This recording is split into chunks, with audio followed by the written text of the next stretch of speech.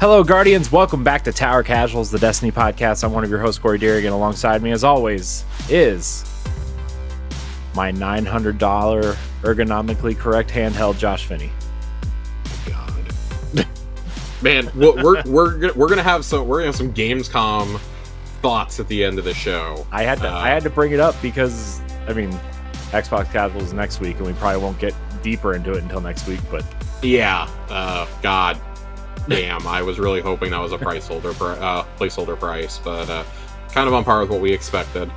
Yeah, I love the statement about we haven't announced a formal price yet, even though it's been leaked everywhere because of macroeconomic trends.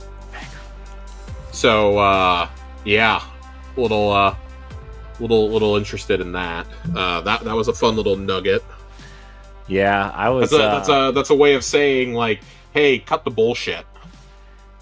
Yeah, I was, my... Shocking. Tell me where you've heard this before. My PlayStation 5 is dying. I turned it on to, turn it on because I haven't turned it on in so long. I'm like, let's just go through here and see. Dude, it it turned off twice on its own. And then it crashed me out of the store 6 times under an hour. Should probably go make sure that mine is running properly because Ghost of Yotei is 5 weeks away. Yeah. So especially if you we'll give you an additional $50 if you trade in your PS5 right now. Well, that's good because the price also went up $50. Yeah, well that's what it's for. It's if you trade in any console, they're giving you an extra $50. Yeah. I mean, I might, except there's not a GameStop around me, so I don't know. I've thought about trading it because I have a digital PS5. I've thought about trading mine and my Switch One, which I never traded in. I've thought about going and trading both of those just to get the extra $50 on each. Yeah. And then pulling the trigger on a PS5 Pro. Yeah, that was my thought because I have 3 Switches in my house. Well, we do too. And we have two base Switch ones, and then I have the Zelda OLED. Yeah, I was gonna keep my launch one just because I keep all my launch consoles, especially Nintendo I'm not stuff. Nostalgic enough for it. But yeah, I mean, I don't know. We'll see. Anyways, Josh, we have some exciting news tonight. Yeah, we got to start with the top of the show, which raise your glasses, everyone. We're all raising some sort of glass tonight. Pete Parsons is officially departing Bungie. Holy shit. Not the news I expected to see today. Man, your boy saw that. The news came out. I started getting sent that by multiple people. I started getting tagged in it in a few different servers. I thought it was the first person who sent it to me, I thought it was a joke because they just sent me a screen cap. I thought it was something bad because you said I'm drinking tonight because of the Pete Parsons news, and I was like, oh no. I assumed that you already knew, which is why I gave no context. Yeah, no, I didn't know. Dude, it was a really busy day at work today. I didn't even get online in terms of that kind of thing. But then I was like, I gotta see what happened, and I was like, oh, he left. It's buried on the website too. It's buried on there. You have to actually go to on the Bungie website to find it. I had to go to the community tab and click on news. Yeah. It is not listed underneath Marathon or Destiny 2 news. Yeah, I wonder how much of the general Destiny audience even knows who Pete Parsons is. I would say after the mass layoffs the last 2 years, a lot more people know about him now than did in the past. Sure. Yeah. I think Pete probably became known to a lot of gamers back when we had the voracious denials that Microsoft had attempted to buy Bungie at one point, which resulted in Pete Parsons coming out and publicly calling Ryan McCaffrey, Jeff Grubb, and all of Eurogamer liars. Which we now know he that was a lie itself. There were those conversations that took place, and Microsoft backed off because of concerns about the studio and about their output and stuff. This to me, so I want to read directly from the statement. It says passing the torch. It's a message from Pete Parsons. After more than 2 decades of helping build this incredible studio, establishing the Bungie Foundation, and growing inspiring communities around our work, I have decided to pass the torch. I'm deeply proud of the worlds we've built together and millions of players who call them home. Most of all, I'm privileged by the opportunity to work alongside the incredible minds at Bungie. When I was asked to lead Bungie in 2015, my goal was to grow us into a studio capable of creating and sustaining iconic, generation-spanning entertainment. We've launched a bold new chapter for Destiny, built an enviable independent live ops organization capable of creating and publishing its own games, and joined the incredible family at Sony. Today marks the right time for a new beginning. Future Bungie will be in the hands of a new generation of leaders. Justin Truman is stepping into the leadership as Bungie's new studio head. He basically says nothing else of consequence here. It is a very PR statement. Sure, yeah. This has no heart behind it. Nothing. Of course not. Notice how people are rejoicing at Pete leaving. Last week on Xbox Casuals, we talked about Rod Ferguson departing Blizzard, and I think a lot of us were like, man, despite whatever feelings you might have about how Diablo 4 has rolled out, I think we were all kind of like, well, damn, that sucks. Yeah, I mean, Rod's great. And Rod's also, great. we called it. We also totally called it that he's going back to home BioShock 4, coinciding with 80 layoffs over there. Oh, yikes. But back to Pete Parsons. Justin Truman is coming on. And I want to read a little bit from Justin's statement before we get too into the why and the how of Justin. He's been there for 15 years. So if you can math, he came on right around the time Halo Reach would have released. So kind of like the last of the, Halo blood, essentially. As an engineer, I wrote some code I'm really proud of for our original weapon abilities and networking in D1. As a designer, I helped craft many of our D2 systems, including some of the endgame systems I got terribly wrong at Destiny 2 launch. We don't need to relitigate that. As a producer, I helped our team build and roll out Destiny's first seasons. More recently, I helped with our overall talent strategy as CDO and have helped the Marathon team build their next world. Across all these different roles, Bungie's purpose is stay clear. We create worlds that inspire friendship. We're at our best. We create those worlds alongside you, the community, and build something that matters. Something that's worth your time, your passion, and your investment in us. Something that I've learned hopefully over delivers. I've also been part of these efforts at Bungie when we've maybe not been at our best. When we stumbled and realized you're listening to the community, we missed the mark. I know I've personally learned a lot over the years, as have all of us here, from those conversations. I'm committed to supporting and working alongside every member of the team here as we continue pouring our hearts and souls into these worlds. Worlds we love and we hope have been worth your time and your passion, because ultimately those worlds only exist and thrive with you in them. We're hard at work doing that, both with Marathon and Destiny. We're currently heads down, but we'll have more to show you in both these worlds later this year. I know I can speak for all of Bungie when I say I appreciate your passion, perspective, and the time you spend with us. Pro Audacia ad Astra, Justin Sherman. This feels like a much more personal statement, because let me tell you something. I knew that this was not cookie cutter PR when I got to the line. When we're at our best, we create those worlds alongside you, the player community, and build something that matters, something that's worth your time, passion, and investment in us. Something that I've learned, hopefully, over delivers. And over delivers is italicized. Why is this important, you might ask? For those who are not into online Bungie drama, several years ago, just after the launch of the Witch Queen, if I have my timelines correct, Justin gave a GDC talk. And GDC talks are not traditionally streamed to the public. Sometimes they are when it's like, oh, the art of Naughty Dog, or like the audio design of God of War. Those are two like actual real panels, if I remember correctly, that got streamed. Sony is very forthcoming with a lot of theirs. But GDC is where it's Game Developers Conference.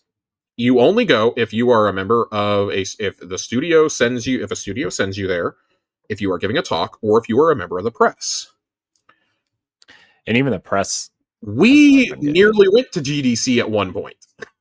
So it is one of those things though, like if you go there, it is not something like E3, it is not like Gamescom, it's not a fucking party. It is the most professional of professional things outside of maybe DICE that is done in the industry.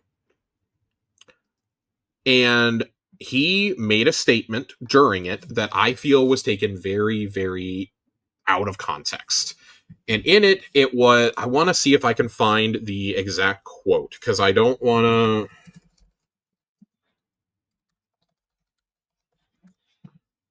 to... wanna find the exact quote. Because this is it's weird and it's not great. Let me find it.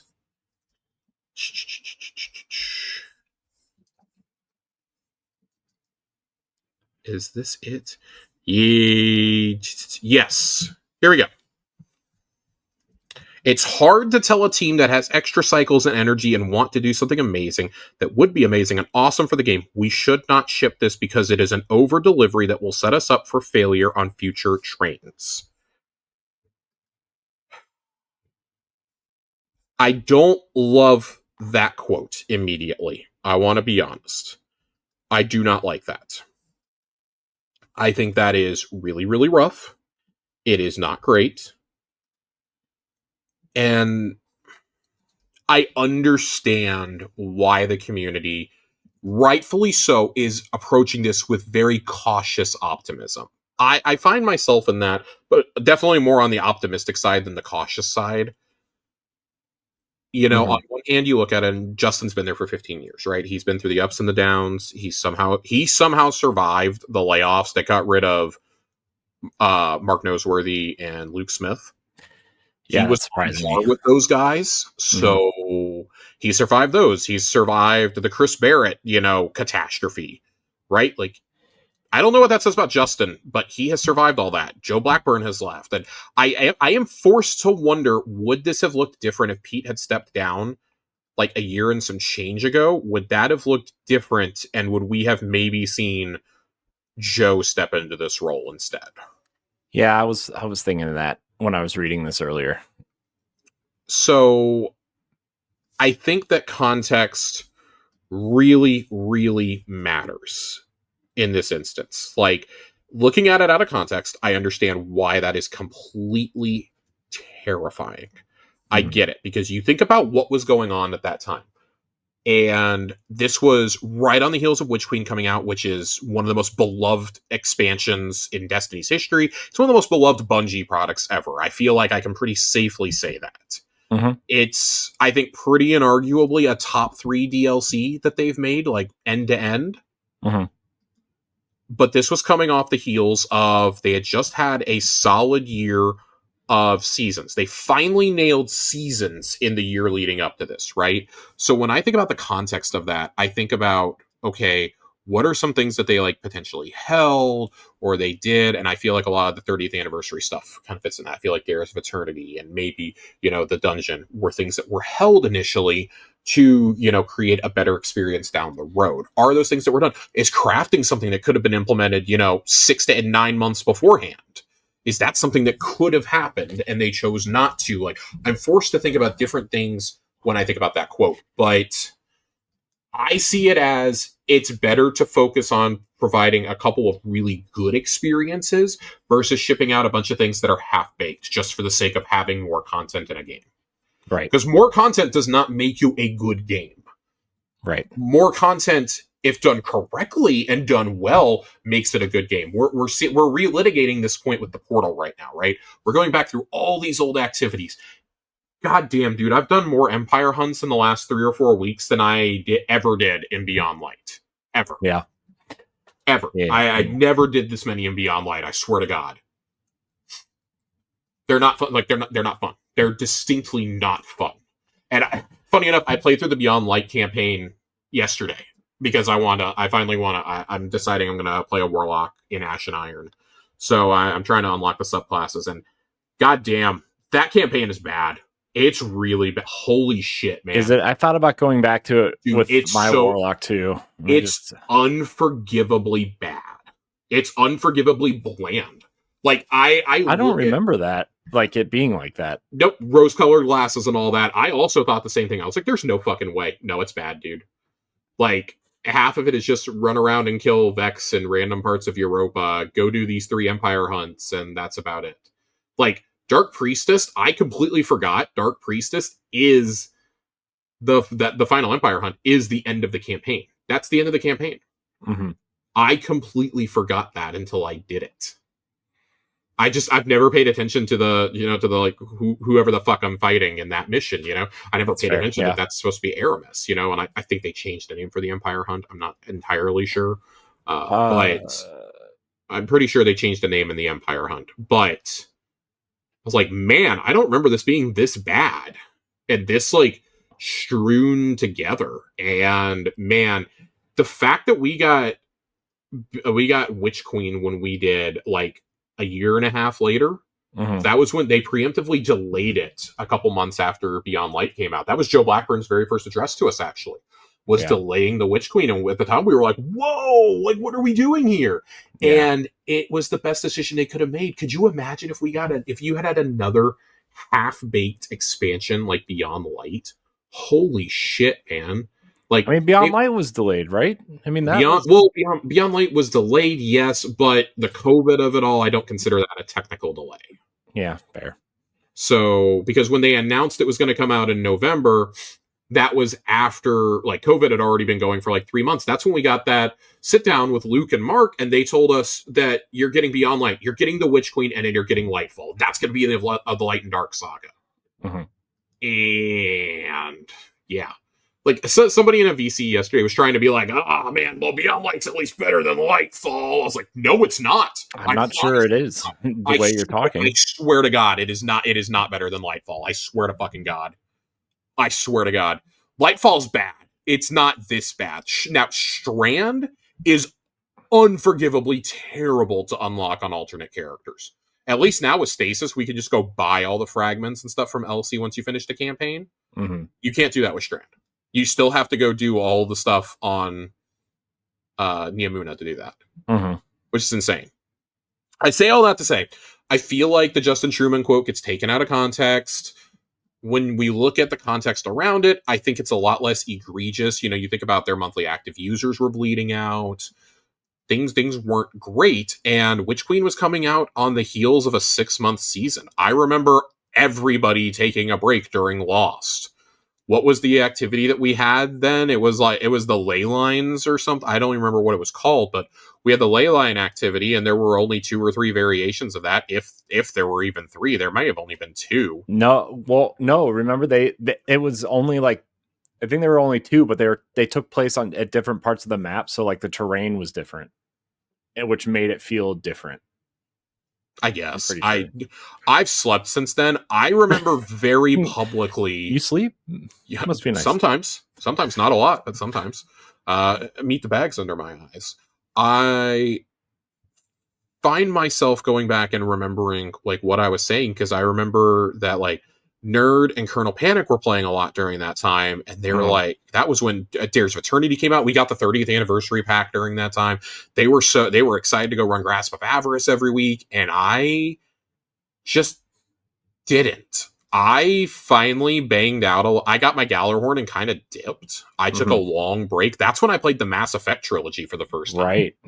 I played Mass Effect during the 30th anniversary instead of playing more Destiny, because I was starting to get burned out. I was starting to feel it. I hadn't really loved, a lot of what had happened in the early part of Beyond Light, because we had Beyond Light and Hunt like on top of each other. But I'd really liked Splicer and Chosen. I thought those were awesome seasons. I still think they're some of the best seasonal stories that we've ever gotten. When I think about that in the context of this Justin Truman quote, I'm like, you know what? They're coming off a 6-month season. This is when we got Risen, which was a shorter season. And that could also be something that was being referred to. We got a shorter season. Remember, we were so happy that it was a 4-week long story, and then we could just grind the game to our heart's content.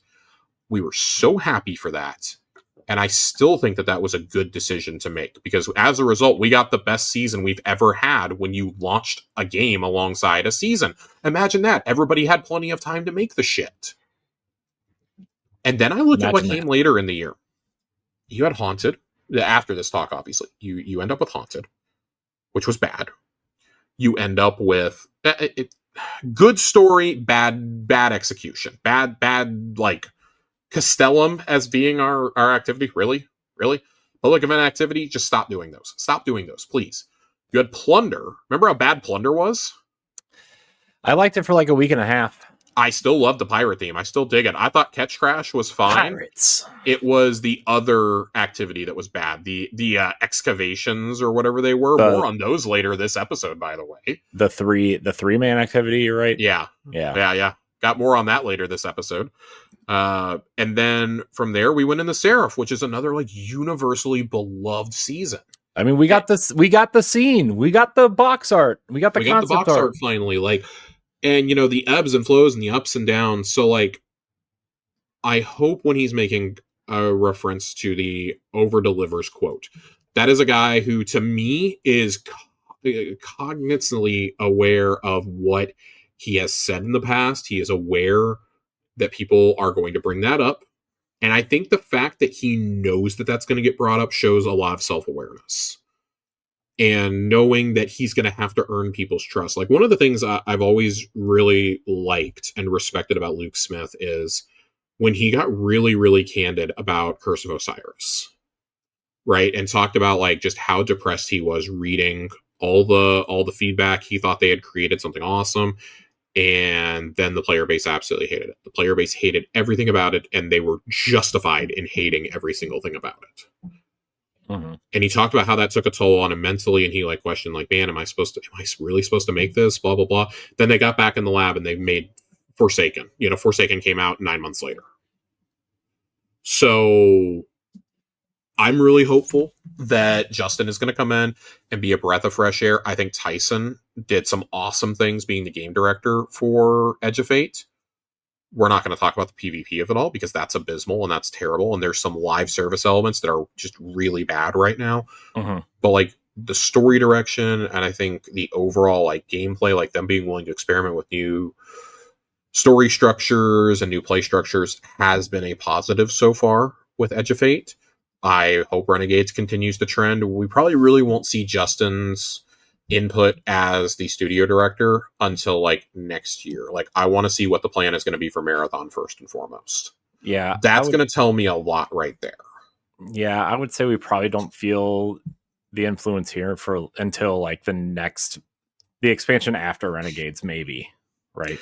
Yeah, and I think that like Destiny has a team in place, right?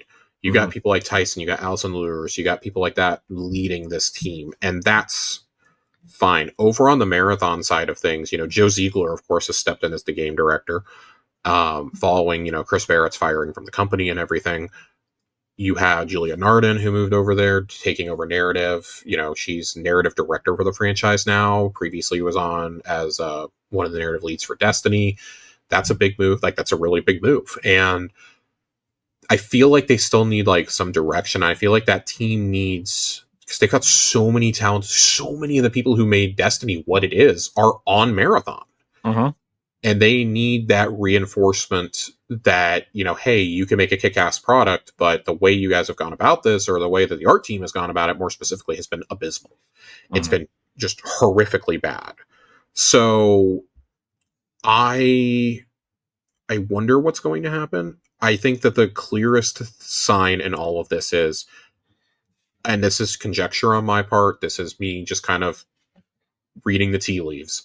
It really feels like Pete was told, you're done, by Sony. Oh, I'm sure.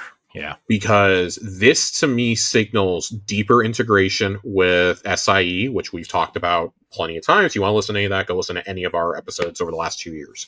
We've probably talked about it at some point. I know that we talked about it on the layoff pods. How long has it been since Sony bought Bungie? Right as Witch Queen came, or right about the time of this GDC talk, funny enough. 2022? Since 2025. All right. Yeah. It's been 3.5 years. Yeah. He's after 3 years, he probably vested in like. So we know that the vesting was supposed to happen by the end of this year because that's why they were in such a rush to get it out. Bungie's studio leadership wanted this game out because they were like, this is nothing new. Jason Schreier reported this last summer with the second round of mass layoffs, that a lot of executives wanted the game forced out in 2025 regardless, you know, just ship it and quit it, you know. They, when in doubt, ship it out. That's what we used to say when I worked in electronics distribution, you know. I mean, yep. when in doubt, ship it out. We'll process a refund if we have to, essentially. I know it's a little bit different with software, but bear with me here. Same general concept. And I wonder if we're going to see any more high-profile departures from Bungie as a whole. Surely there's no way the art director for Marathon can keep his job.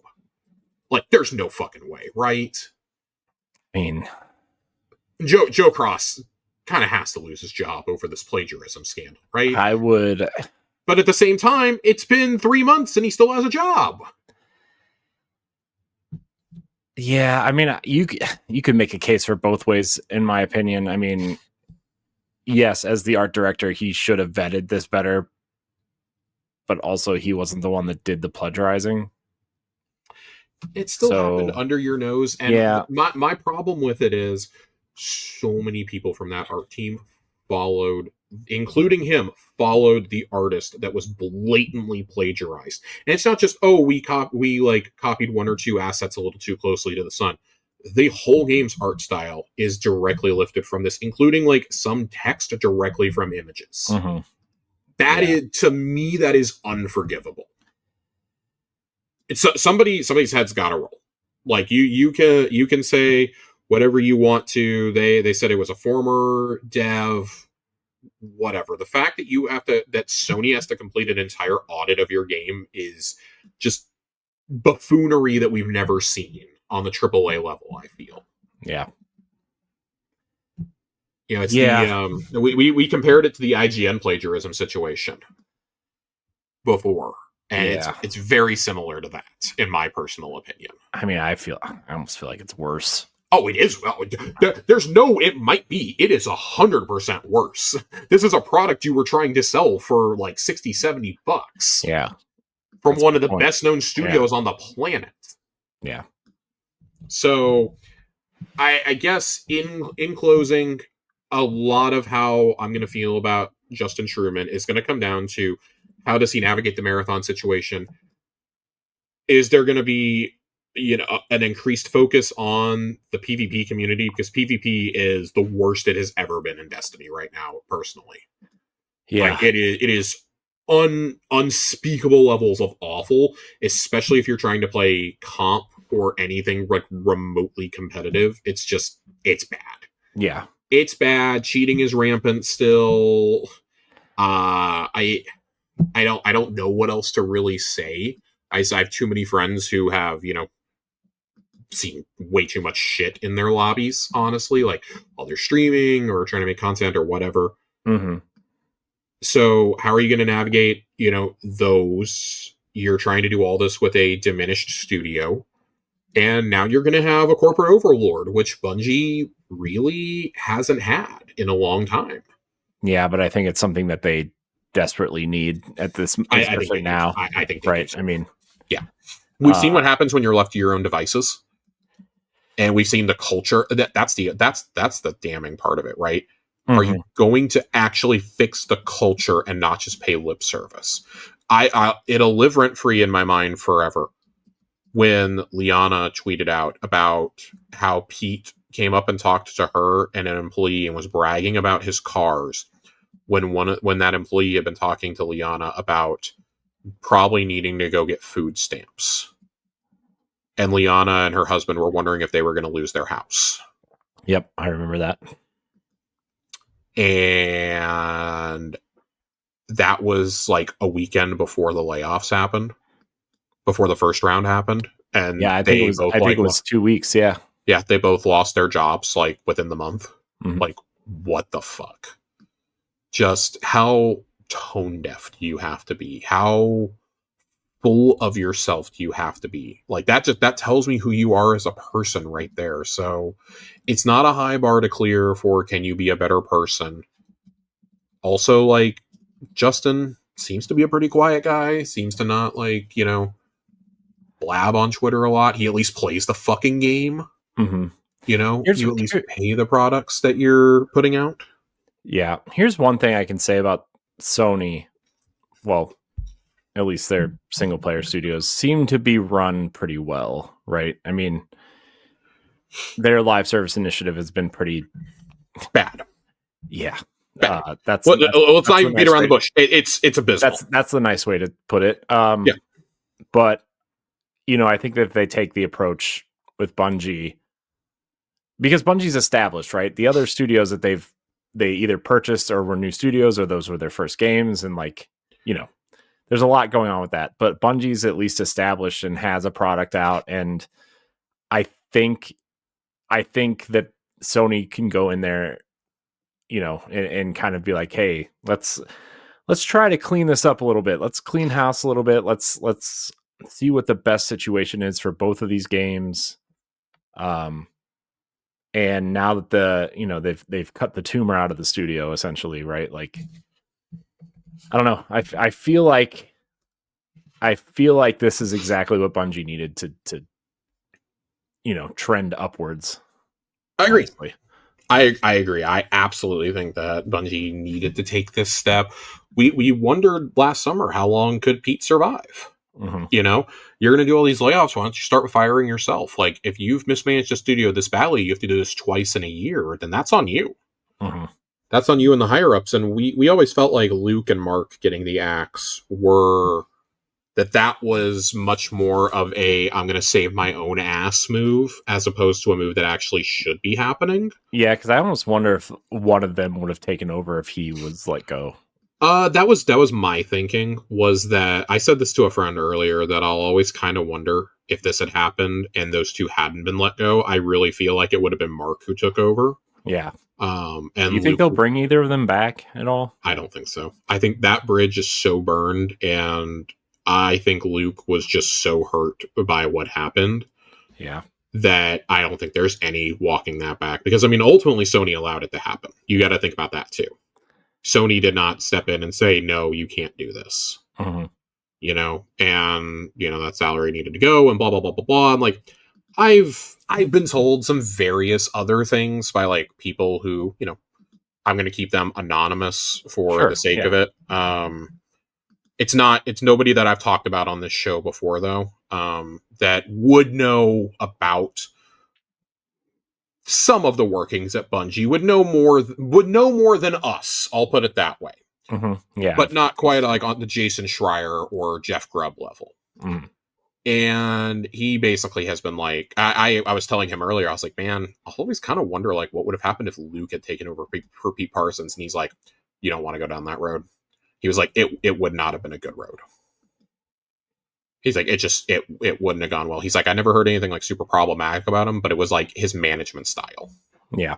Essentially, he's like, you would not have wanted him in charge. So Sony would have fucking hated that guy in charge. So I've been thinking about that this afternoon a little bit. And so like, and of course, this is one guy's opinion just based on like hearsay and like people he's talked to who worked there before. So, I'm not taking it as the gospel. It's just like that made me like pause and think. And like, it's kind of been like sitting on my mind the last couple hours. So yeah, fair. Just to kind of wrap up, man, Pete needed to go. I appreciate what Pete did do for the franchise. I mean, getting them out from underneath that Activision contract it's a big thing.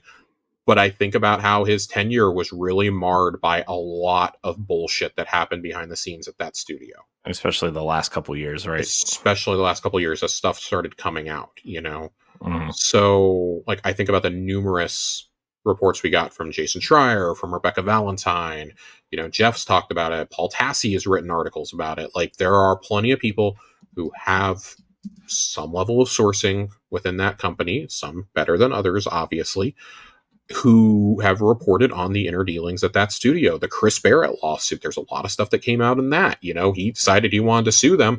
Well, guess what? Discovery's going to be a real bitch on that one from everything that we've been told that went on there. With that, what went on there, or what went on with, there used to be a member of, what was it the narrative team or something that was like hugely misogynist. There were like 25 women or something that came forward and said, they felt like harassed or, had misogynistic and sexist behaviors and comments directed towards them. Like, these are real things. Like, minorities were reporting that too. And like, then there's other people who are just like, yeah, it's like the best job I've ever had. So it probably it also depends on which department you're in, how long you've been there, who you're managing. Yeah, it feels like a studio that never I'm going to say this in the nicest way I can. It feels like a studio that never fucking grew up. Bungie's whole MO in the 2000s was, we're not like other studios. I'm reminded of a story of them going to one of the GameStop conferences, one of the retail conferences, and people were showing up in, like, shirts and ties and stuff, and Bungie was given a notice that you need to dress like this, and Marty O'Donnell talked about that and was like, yeah, we basically threw that notice in the trash and just showed up how we dressed every day, because Bungie's whole culture was irreverence, and in the 2000s that was fine. I mean, we have fucking grown up as an industry since then, or at least I like to think we have we though? I mean, look at the story. I think the fact that you had a sweeping thing like Me Too come through the gaming sphere was very, very instrumental in starting to weed out problematic people. I remember when, it tore through Ubisoft, and like people that I knew at Ubisoft got caught up in it, for correct reasons, we're caught up in it. I'm not going to sit here and proclaim anybody's innocence. That person was clearly not innocent. Got swept up in it. We saw it happen there. We saw it happen at, Microsoft. We saw it happen at Sony. We saw it happen, pretty much everywhere under the sun, except for like maybe the Pokemon company. I'm sure they had something happen too, but I mean, they let's not go down that road about what certain Pokemon do to humans. That's true. That's true.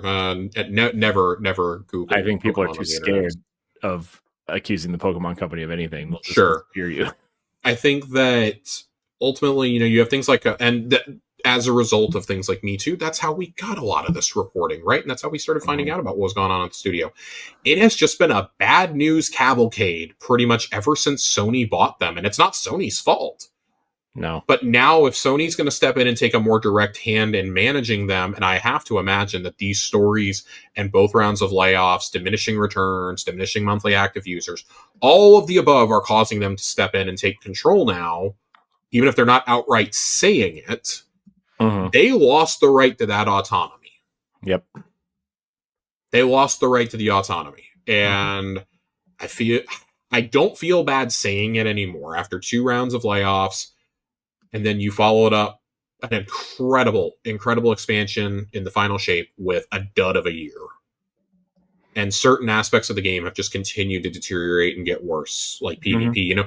I'm old enough to remember when Luke would talk about how there has to be, and Joe would talk about too, there's got to be some give and take. There's got to be give and take. Like, we chose to focus on fixing the story narrative and the seasonal experience, and then moved over to PvP. And they did for a little bit.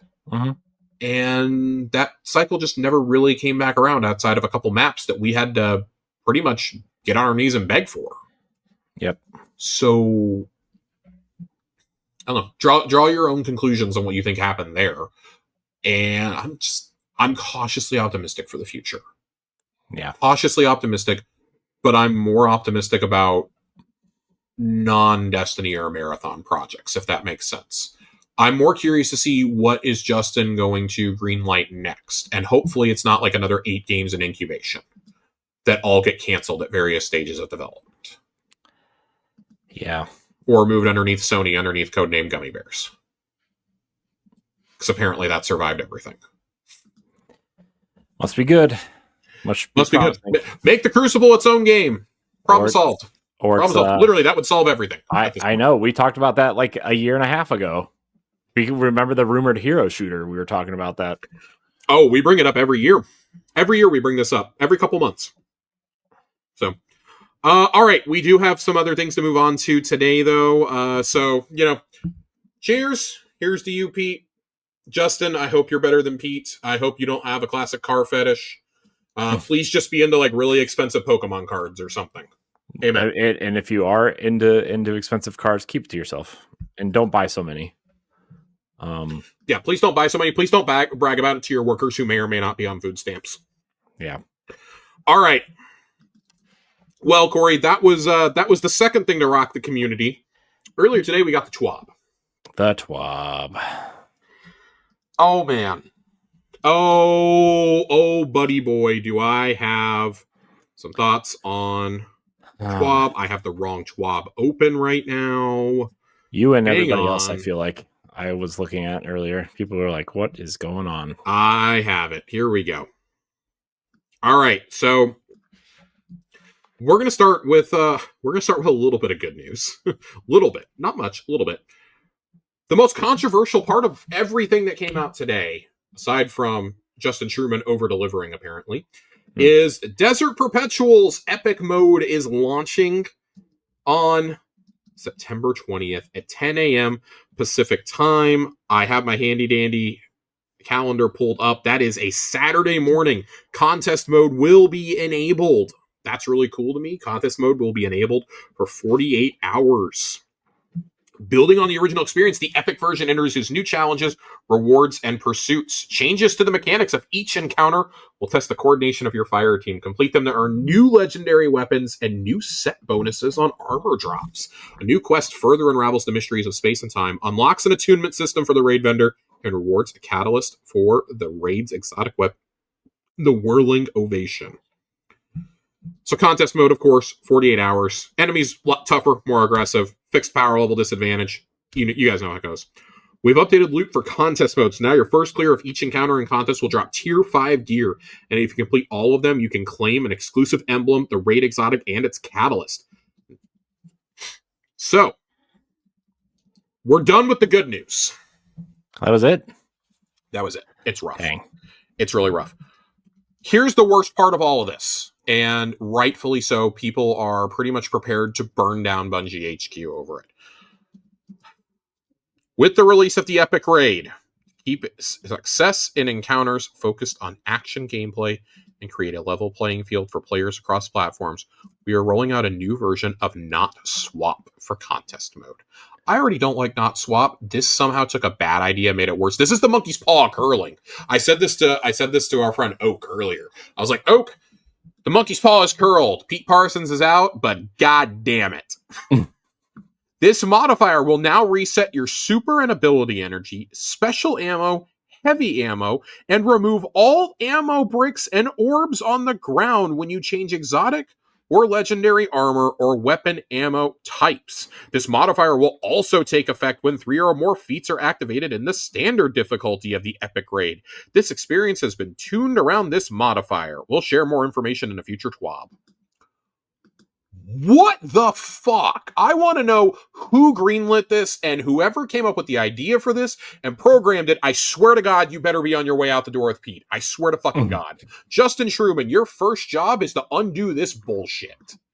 This is insane. This is absolutely... I already think Not Swap is really dumb for a number of reasons. I think it's really, really silly. But this seems like it is intentionally punishing people who loadout swap and things like that. Because I'll tell you right now, you were not completing the base version of this raid in contest mode unless you were loadout swapping. There was no fucking way. I know. There's no goddamn way. If you couldn't do it there, you're definitely not doing it in Epic. So I wonder if they're going to revert. They have 3 weeks to revert this. I wonder if this gets reverted, or if they really stick to their guns, there genuinely may not be teams clearing. I'm not even joking. Genuinely, people may not clear this on contest. This is abhorrently bad. I don't know what would possess you to say we need to take away all orbs and ammo on the ground. I think Not Swap is already punishing enough. You want to do that in a PvP mode? Fine. I understand doing it there. I already didn't like Not Swapping like a raid environment, but I was willing to hear arguments for it until we got the Desert Perpetual, and you're like, no, you have to loadout swap in order to clear that thing on contest.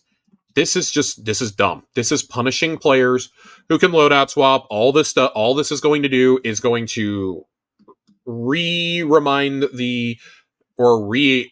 the console fan base, I guess, who thinks that you can't loadout swap on console, which you can. I don't know if it necessarily takes more time. I am very slow on my reaction, so I certainly am not loadout swapping. But it is doable on console. It's doable on console. Is it optimal? No. Is it smooth as it is on PC? No, not even a little bit. But it's doable. I also just think that I think that the fact that you're putting this on and you're claiming you want a level playing field shows you've overtuned the encounters too much. That's what this shows to me. If you're going to take that away, I think it's insane that you're going to put this in on the standard difficulty of the raid too. That is insane to me that you're going to add this when you already have 3 feats, which basically puts you at contest level difficulty, by the way. That is, I don't understand what the thinking is here. This is one of the worst changes I've ever seen to the endgame in the history of the franchise. I do not say that lightly. This is bad. This is really, really bad. This is punishing.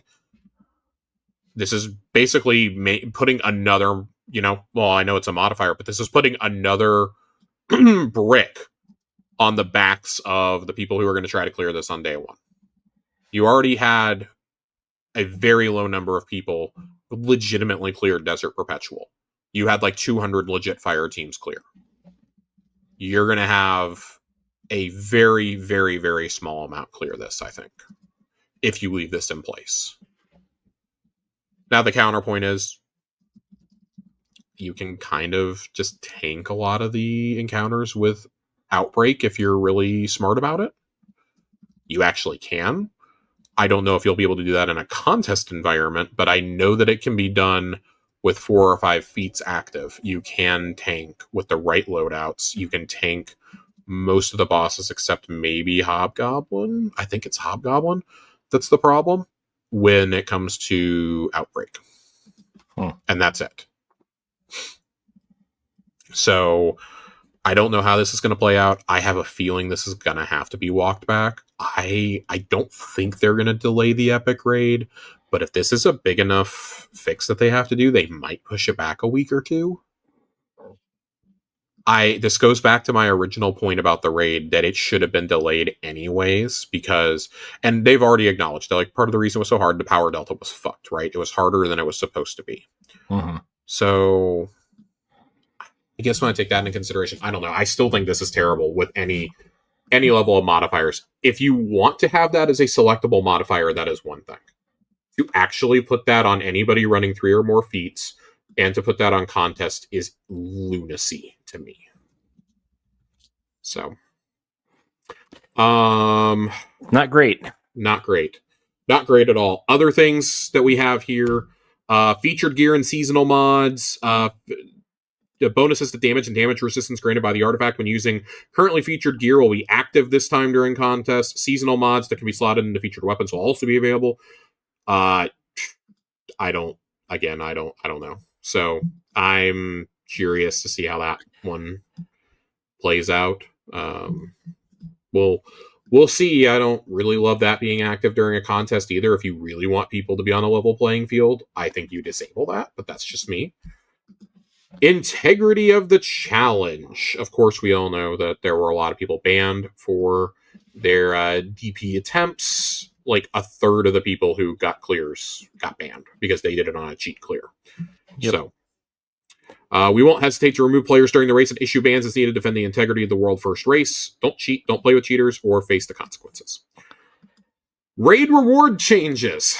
God damn, dude, this is such a long twab. We have so much to get through. So this is going to drop with the Ash and Iron update. So on September 9th, this will go active. You're going to earn extra rewards from clearing all encounters of Desert Perpetual. In addition to this, we're introducing 2 weekly challenges. First challenge gets an extra piece of loot from your first clear of an encounter each week in either version of the raid.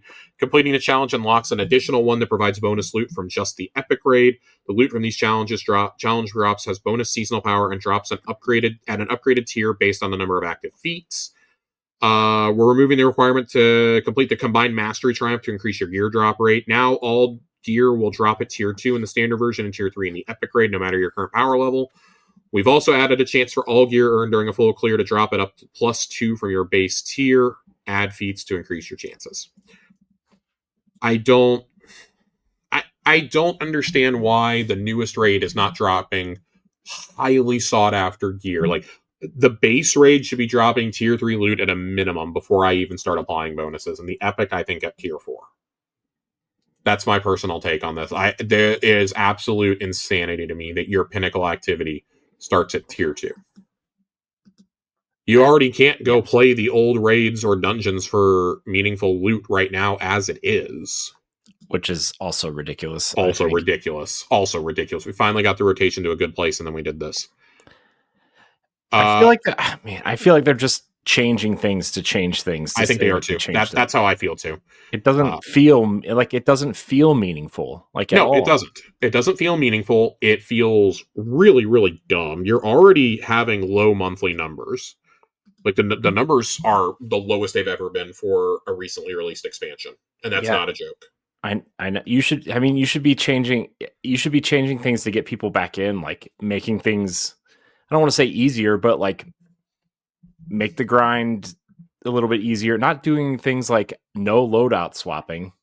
Yeah, who's in the most pinnacle activity in your game? What player is going to want to come into the game or come back to the game when they find out they can't change their weapons during this type of, Well, and this is clearly something aimed at the best players in the world, and now you're telling them, no, you play the game you want, play the game the way you want, is what they always say. Oh, but wait, not that way. We don't want you to play it that way.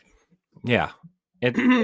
This feels like when they did the changes to Eager Edge, and when they've done, a lot of the PvP-centric changes and things like that, like reputation tracks, etc. Like, this just feels... This is their worst version of all that. Yeah, it feels like they're talking out both sides of their mouths, honestly. Yep. Yep, it's very two-faced. But I will say this last piece about the raid is something that I felt should have been in there from day one. I was baffled that it wasn't.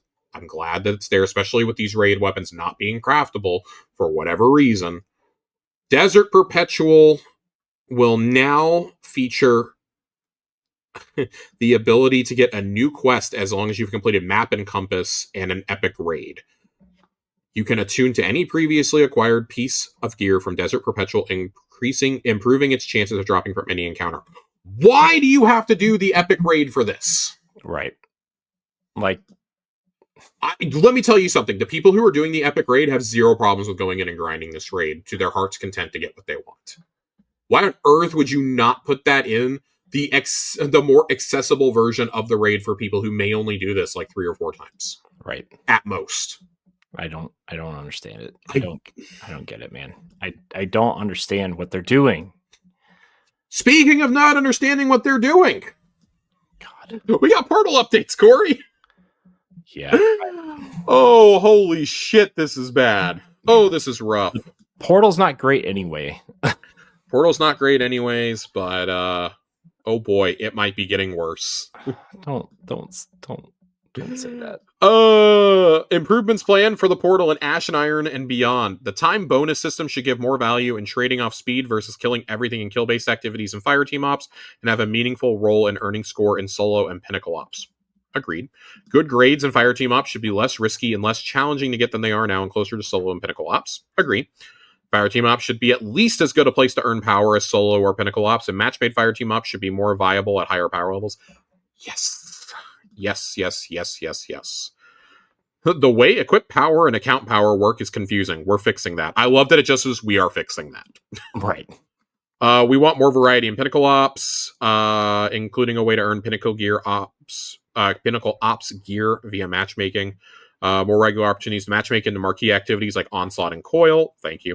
We want to make it easier and more obvious for everyone in the fire team to get the best rewards, even at wide power differentials. Thank you. We think various Banes, challenges, and boons should be well balanced against each other. We think there should be more things to do in general. No fucking shit. More on this at 10. Breaking fucking news over here. Somebody call CNN. Jeez. As we add brand new activities to the portal and bring older legacy activities in, we want to be able to feature these more effectively for daily power gain. It would be great if conquests were repeatable for portal rewards. Yeah, no fucking shit. Once a season is insane. Once every 6 months is absolutely insanity. Gosh. All right. Well, let's get on into it. Yikes. Ultimate difficulty. Ultimate difficulty will be available when Ash and Iron launches. It is available starting at power 451. It includes 2 new player stakes. Pressure Cooker, finish under the time limit or get kicked to orbit. Extinction. All players are limited to a single life. There are no revives. These optional stakes are intended to provide the most significant challenge to earn, or to even the most experienced Guardians, and include score boosts to match. Ultimate Fire Team Ops matchmaking will open in week 10, the week after Ash and Iron launches.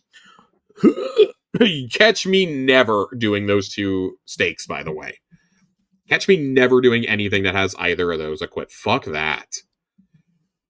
Platinum and Diamond reward ranks, which run from 450 to 499 and 500 to 550 respectively. While in Platinum and Diamond, you can earn an A+ in PvE. You need an A+ to qualify for Tier 5 gear until Platinum 3, where A grades start giving Tier 5. Once you reach Diamond 1, B+ qualifies you for Tier 5. And at Platinum 3, even a B will get you Tier 5s. That's confusing. I'll tell you right now, I'm never getting to like 450 or 500, so GG's if you're one of those. GG's. Have fun. I'm happy for you. I just could not give any less of a shit. I think this is needlessly convoluted. This is adding the grind that we were thinking we were getting rid of right back. It's just bumping it. They want to make sure that slow grind is there all the time, I guess. We are changing the reward multiplier to use account highest power rather than equipped power. Thank God. This also applies to PvP. I cannot tell you how many times I've gotten a bad drop because I mistakenly had a piece of gear that was not infused on. You will still need to have newer featured armor to get up to a 10% scoring bonus. No swapping at the end of the activity, however. We track this value for the entirety of the activity. Boo. There are 5 new portal score boosters in the Ash and Iron reward pass. But you don't lose your score boosts if you got the Reclamation pass. You can still earn 3% of each of the new boosts. If you're already at 15 total boost, you get 10 enhancement cores instead of the boost. Boo.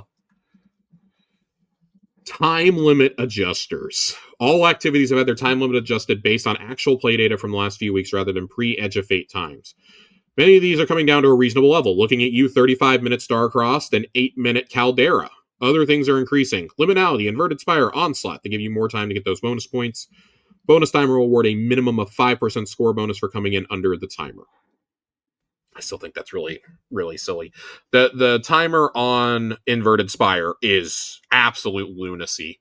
Like, I'm getting ready to jump down to the final boss when darkness is encroaching, essentially. Like, every time. No matter how fast I'm flying through that strike. Especially at the higher difficulties. Just absolute lunacy here.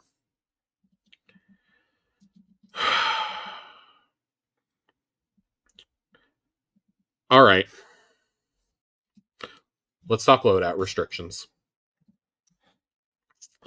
I gotta take a deep breath here. When we launched the Edge of Fate, we were worried about the effects of loadout swapping in the portal with Armor 3.0, so we significantly increased the scoring value for a locked loadout, making it very advantageous to play with it. It's made it too easy to earn good scores in Expert, compared to adding Banes and challenges and raising the combat level.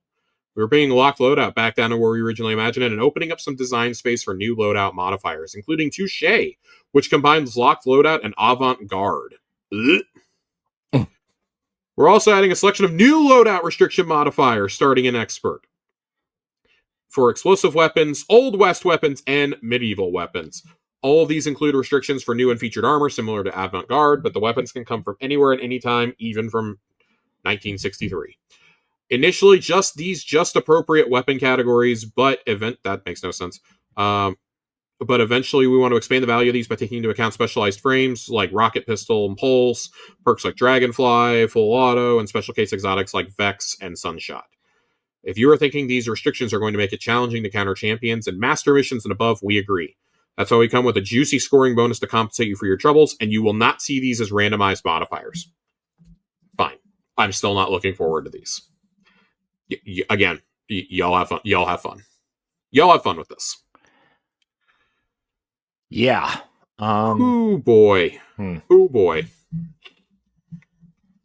All right. There's graphs. There's charts here, guys. There's charts telling us how long it takes to run various things. And it's very clear that solo ops are the quickest. Crucible is the second quickest. Fire team ops, and then Pinnacle ops. Pinnacle ops aren't even that long, let's be totally honest. but that's also, this is going not only duration, but it's also going by number of completions. People are clearly farming the shit out of solo ops and Crucible and kind of leaving Pinnacle ops, especially, by the wayside. It's not post Encore nerf, it's not, and Starcross nerfs, it's not rewarding enough. Mm-hmm. It's just not. Yeah. So people are resorting to running Caldera, running K1 Logistics. I mean, there's people completing K1 Logistics in a minute 10. You know, there's videos of it. But to have to do that in no way, shape, or form does it make this game fun to go do that. I don't want to go grind that. Shout out A1 Johnny for getting in there and being an absolute gremlin and grinding to like 410 power through the power of solo ops and friendship. Solo ops friendship. Yeah, I am not the Traveler's strongest soldier, my friends. I'm happy to be at 330 power right now. Even with Solstice, I didn't find myself getting like super high, and that's fine. I'm not going to sit here and kill myself. I also just feel like the rotation for getting my bonus drops wasn't really great in the portal. Fireteam ops, obviously not as rewarding as going and doing solo ops, but let me tell you, at the higher difficulty, solo ops are just not fun. They're just distinctly not fun. Yeah. So I'm not even at the worst of it yet. So I got to 300 and decided no more solo ops for me. I'm good. I shan't be doing any more Calderas or K1 Logistics. I'm good. I'm also not a speedrunner. Like I'm not eager edging around. I'm not, one-shotting things on my way through. I don't have an optimized build a lot of times. I'm just kind of fucking around. I'm here to gain a few power levels, maybe listen to a podcast while I'm doing it, or, in my case, have Naruto running in the background. And rapping Naruto. Rapping Naruto. And trying to get through the day. It's not fun for me to go in and do solo ops. I'll be completely honest with you. That is in no way, shape, or whatever, fun for me. You look at how long it takes to run these exotic missions. Whisper is super quick. Whisper, Starcrossed, both really fast. Kel's Fault, pretty fast. I mean, they're all honestly quick. You can just kind of speed run through all of them. None of them are super hard. Oh, man. I love what they say here. And I say that in the most sarcastic way possible. Really? I couldn't tell. I didn't get that from your tone. The following changes will take effect to loot. Encore, end activity engrams reduced to 2, mid-activity chests reduced to 2. Star-crossed, end game activity engram reduced to 1, mid-activity chest reduced to 1. Whisper, mid-activity chest removed. The fuck is wrong with you guys? I don't understand. Josh, you didn't know that's what people want is less loot. I don't understand. I mean, clearly that's what we want here. Following changes for rewards for Fireteam ops. Liminality will get 2 drops. Inverted Spire is getting 2. Onslaught Widow's Court increased to 4 drops because of the length it takes. Now, that makes me willing to go do it. I have like 3 or 4 bonus drops stacked up on this that I haven't done. Because, first of all, it seems to never come up in the rotation. And once you get to those higher levels, it is a crapshoot if you're going to get good teammates or not. And guess what? If you have a teammate in something like that and they leave, you're screwed. You're in there by yourself. You can potentially waste like 20 minutes of your time. Mm-hmm. It happened to me in an Empire hunt. Now, granted, I'd rather it happen in an Empire hunt than somewhere else. But 3 Empire hunts in a row and 1 battleground after, I had both of my teammates leave during the boss. That's ridiculous, dude. At least in that battleground, there was no darkest zone, so I could just sit there and like whittle away at the boss. It took me like 20 minutes, but I finally just whittled away. I had locked loadouts, obviously. I finally whittled away at them. Thank God I had Outbreak on. I don't understand why people leave during the boss fight. Like it's because the bonus time wasn't achieved, so they just pieced. They weren't going to get their bonus drops, so they left. Which you can still get the bonus drops in that particular battleground if you just sit there and farm the infinite enemies that show up in the boss chamber. You get score for all of them. It's It's absolutely crazy to me. I don't understand that. Let's oh boy, we got more changes here. We're making category changes when Great. Ash and Iron arrives. We will be moving Onslaught and Crawls to Pinnacle Ops, both to create more opportunities to gain Pinnacle loot from and to unify Fireteam Ops to be 10 to 15-minute activities. Thank you, because seeing Onslaught in there is jarring. I thought, it's just going to be like, a quick 10 rounds of Onslaught. Nope. It's 3 full sets. It's 3 full sets. And, of course, it's light adjusted, so it's, like fucking Grandmaster Onslaught out here. Why? Like... Man, this is what I don't understand. Like, I had a blast doing it. I want to be really clear. When I did Midtown with A1 Johnny, now granted, this was like 3 weeks ago. When we did it, I actually had a lot of fun because the loot was raining down on us from every chest that you get in there and from the end chest. It was worth it. We both had bonus drops. I ran this during Arms. I want to say, did I run it during Arms Week or was it during Solstice that I ran it? I, no joke, Corey, between the completion rewards, my bonus drops, and whatever special Ingram was dropping, I got 10 things to drop. And like 7 of them were from the final chest. That was awesome. It feels so good to see a loot shower. But I understand not everybody's going to have that time to commit. I think it's a good idea to move this to Pinnacle Ops. My thought would be to give people options of which one you would like to do, like if like a short round or like a full set. Well, I think that now this opens up the ability for you to do that. I think this opens up the ability to put the short 10 round set into Fireteam Ops, because that is a 10 to 15 minute activity, and put the full, well, it's not even a full run, it's only up to wave 30 in Fireteam Ops. I think that's a healthy middle, or into Pinnacle Ops, excuse me. That's a healthy middle ground to me.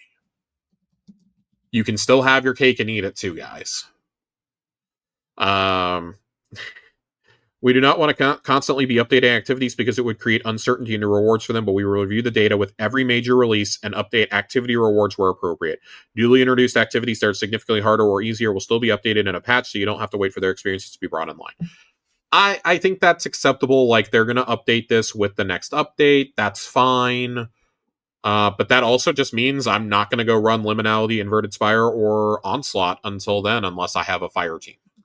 Right. I'm just not going to. I know a lot of people are using Fire Team Finder for stuff like this, for the Onslaughts, and, if you want to, try and, get these drops when it's not a match-made thing, or you want to do it when it's the match-made one, but you want to be able to add your own modifiers to make sure you're getting that score no matter how long it takes. I get it. I totally get it.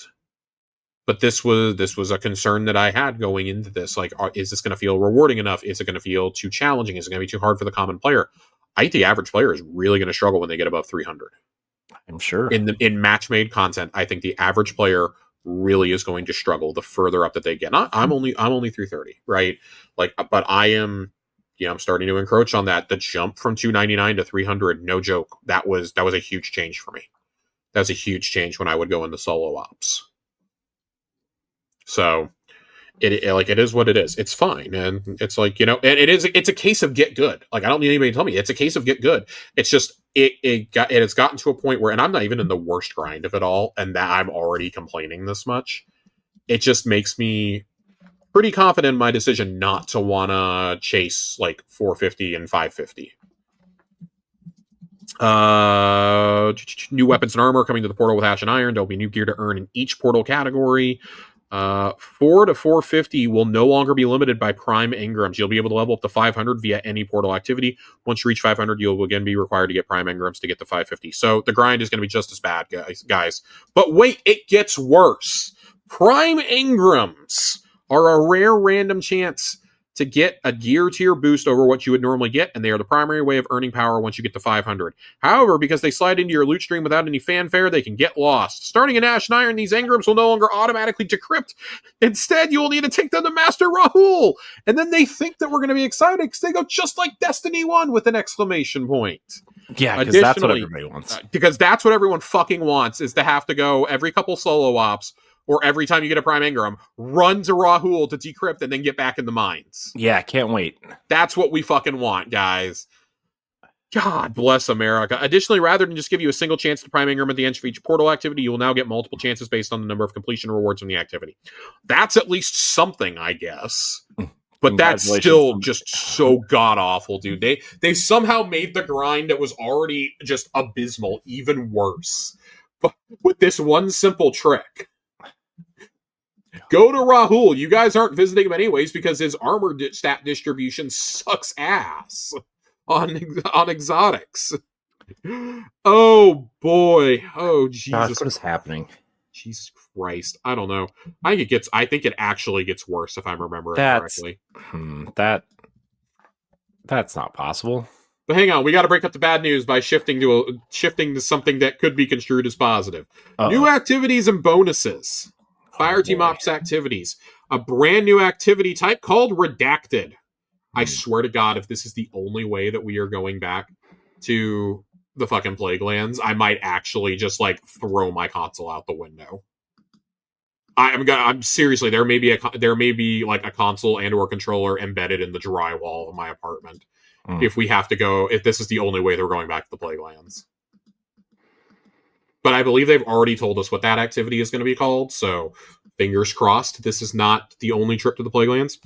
2 more battlegrounds, Behemoth and Echo Core. I don't actually know what that is, but I think that one is the gigantic Cyclops from the end of the Final Echoes battleground. If it is, I know which one I'm skipping and never touching. Hypernet Current, Insight Terminus, and Fallen Saber Strikes will be in there. I told you it was going to come back. The 3 expeditions from Season of the Plunder, everyone's favorite season.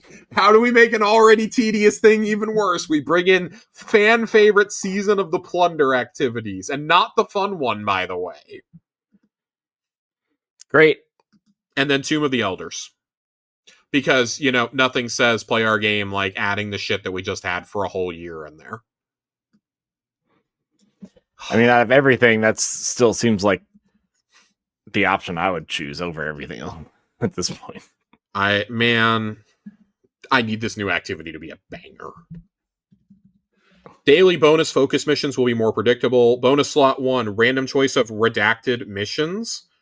Okay, so I guess those are going to be like Battlegrounds or something. Oh boy, can't wait to do Plagueland Battlegrounds. Bonus slot 2, random choice from the newly converted Battleground Strikes and Expeditions. And bonus slot 3, random choice from Onslaught and Crawls. We're increasing the score multiplier for all kill scored activities by 5% to give you some breathing room. In addition to this, match-made kill scored activities are boosted by an additional 5%.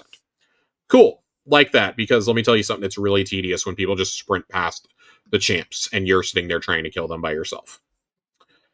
Pinnacle Ops updates. This is what I'm actually kind of excited about. 3 dungeon layers. More info in a future TWAP. Big surprise. Don't tell us your fucking plans. 2 exotic missions, Presage and Avalon. Presage? Yay. Avalon? Oof. Pinnacle Ops will also have 2 daily bonus focus activities, which include a random choice from the dungeon layers and then alternating between Presage and Avalon. Cool. So, like, sweet. One of those is going to have bonus drops every day. That's kind of rad. I guess I'll just grind Presage because Presage is a 20-minute in and out. Oh boy. I know. I Solo Ops bonuses. Solo Ops is intended to be a quick, reliable way to earn power when you have time to kill at the start or end of a session or need to complete a few objectives in a low-stress, low-commitment venue. It was never intended to be the above-all best method of leveling for all players. Right now, the speed, ease, and consistency of earning top rewards is drowning out most of the other options, especially at 400+.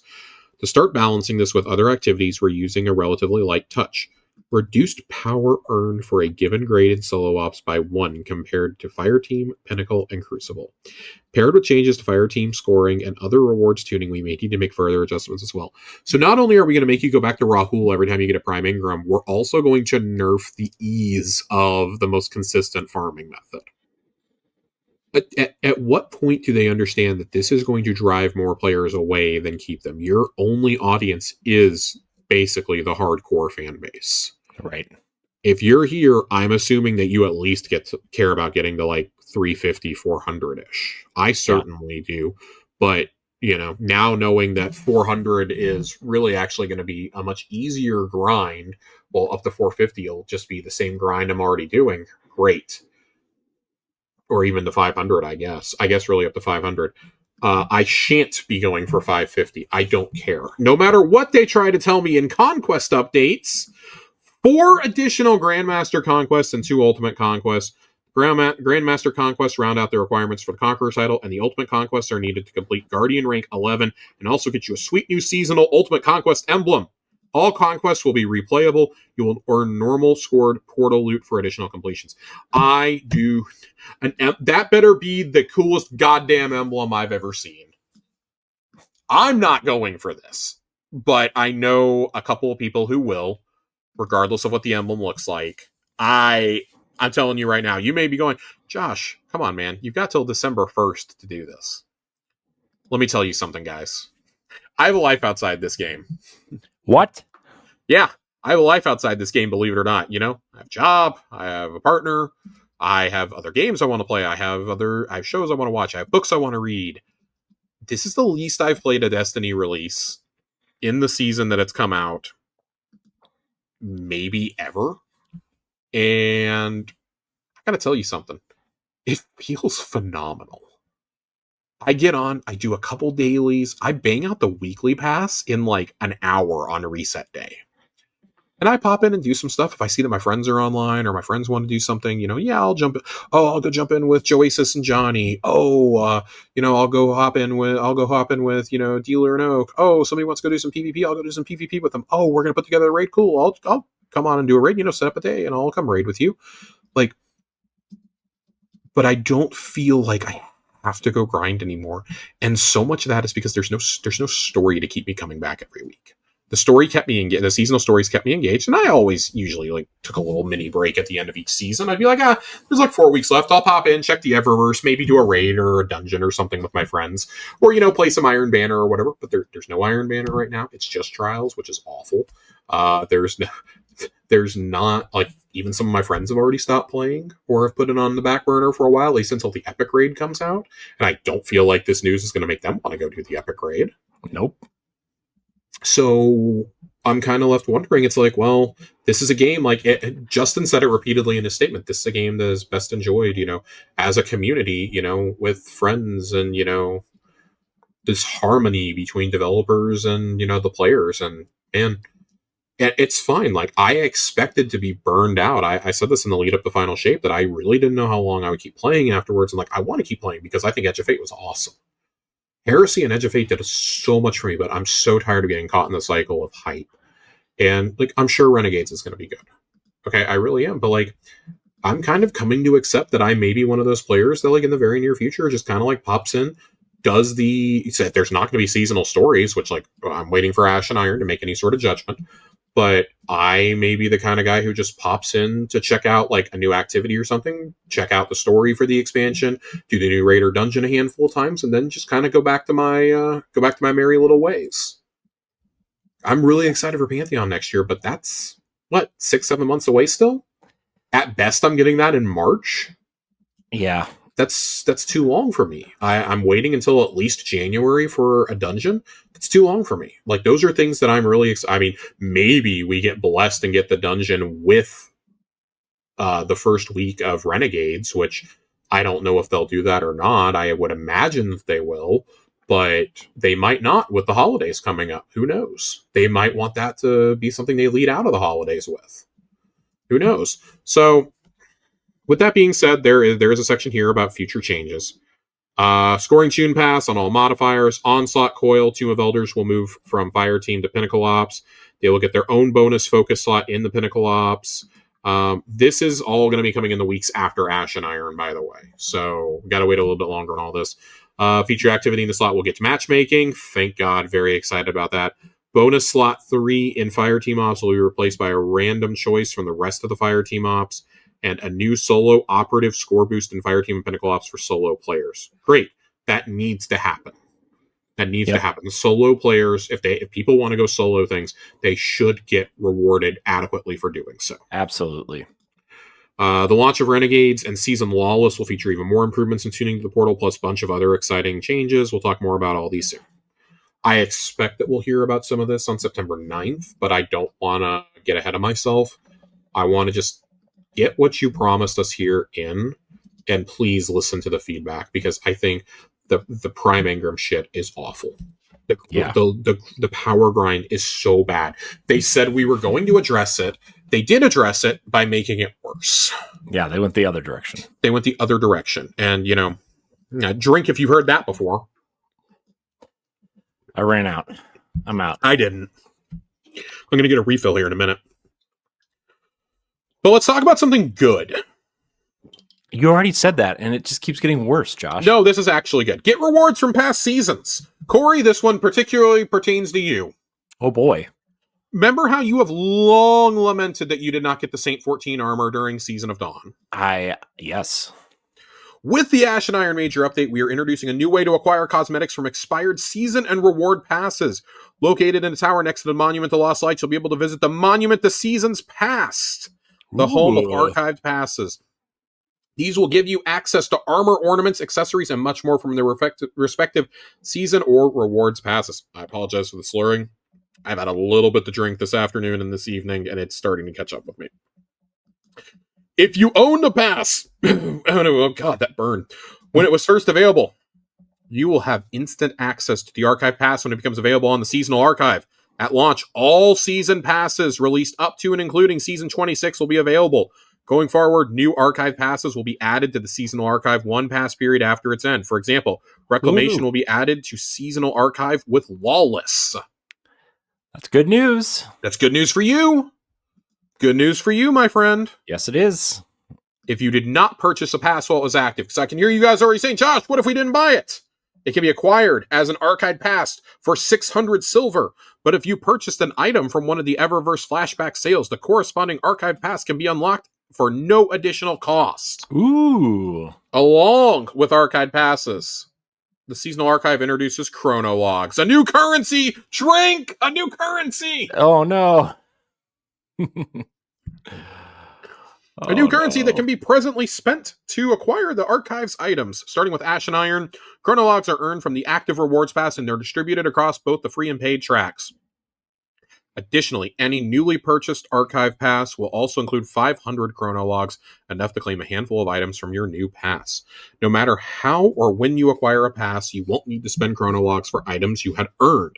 If you reached the required rank to claim an item in the past and either forgot to claim it or didn't own the corresponding pass while it was active, that item will be claimable immediately with archive pass ownership for no additional cost. That is fucking cool. I love that.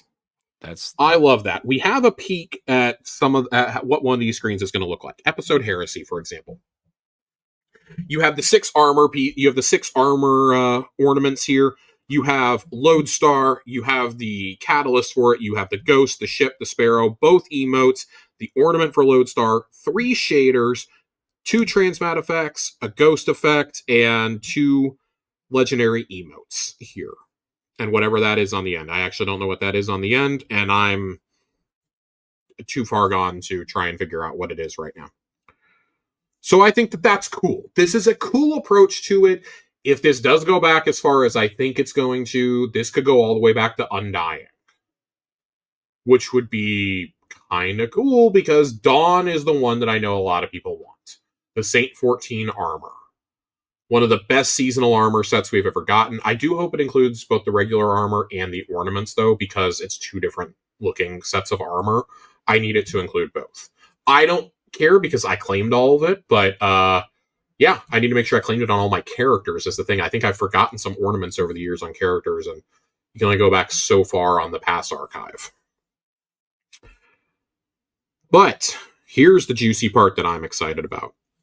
We know it's possible you might end up with chronologs but have no archive pass items left to spend them on, or maybe there are no remaining items that interest you. To ensure chronologs are always valuable, the seasonal archive offers an exchange for a variety of evergreen currencies and materials, including deep sight harmonizers, synthweave templates, and more.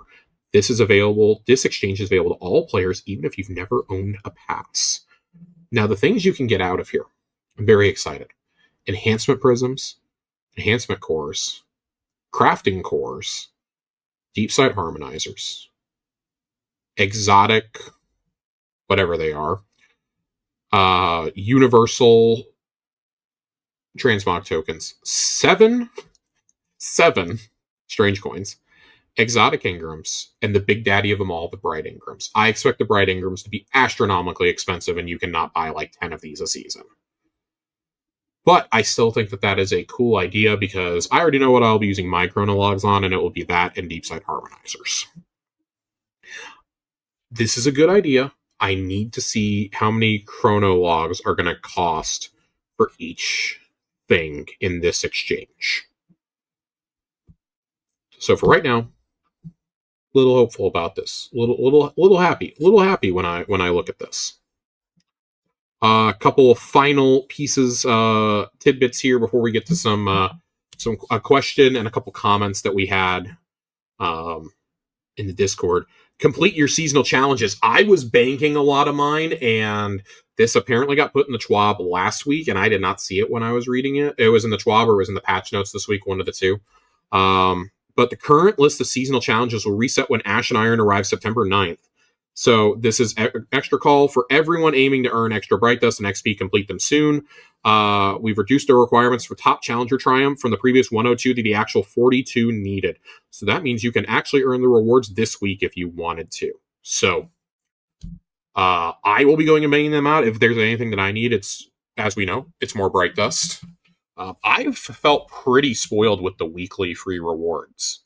If I get in and bang out my weeklies, my dailies, and the weekly reward track, which is extremely easy to do, by the way, I'm coming away with like 1,000 Bright Dust a week, I believe, was the calculation I came out to. Not to mention all the dust from the past. There's dust in, bonus objectives and stuff that you can do. And of course, in your challenges, I'm swimming in it. I'm still at more Bright Dust than I had before Edge of Fate came out, and I bought the summer solstice ornaments for my hunter. I've bought like 3 weapon ornaments. I think I got the chef ghost this week with him flipping his spatulas and his tongs. Nice. I got that. I've gotten a couple of shaders. Like I have been just willy-nilly buying things in there, and I'm still 4,000 or 5,000 ahead of what I was when Edge of Fate came out. So nice. One thing I will note about these reward tracks from previous season passes, it does not appear that it will include the Bright Dust. So if you missed out on any of that, you're SOL. I think you can still claim that if you owned the pass before. I'm interested to see how this is going to work with the API. But if you owned it before, I'm pretty sure you can still go back in the. I've never tried this because I have all my Bright Dust claimed. I think you can still go back to previous season passes and claim things that you were missing.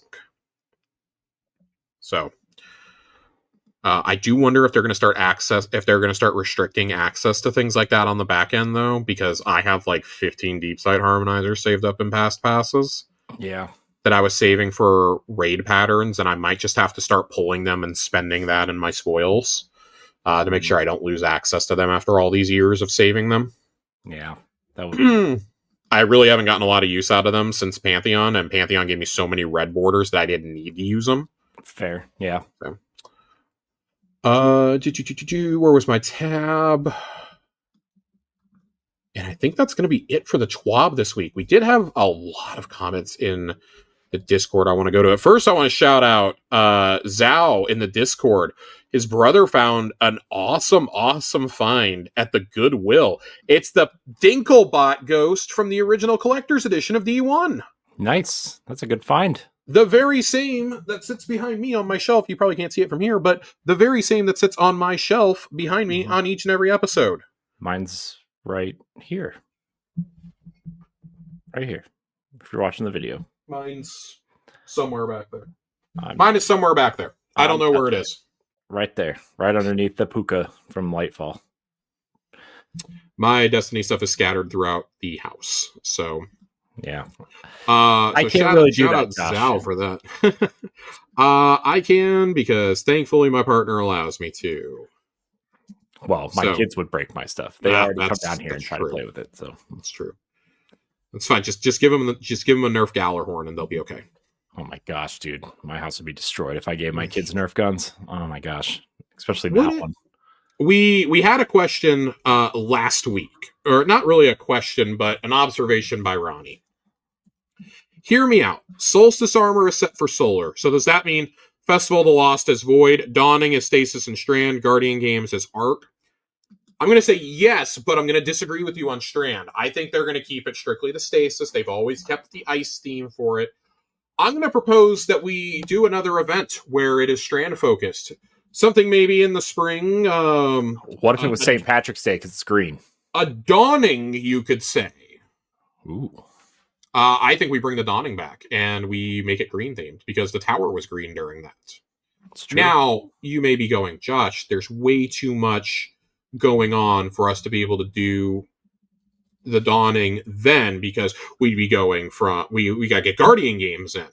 I'm going to propose something to you guys. I'm going to propose that we move the solstice later in the year. I'm going to propose we move it to like late August, early September. We move the solstice to there for the end of summer, and we move Guardian Games to the dead ass middle of summer to accommodate everything. That you've got an event style thing happening like every 6 to 8 weeks then.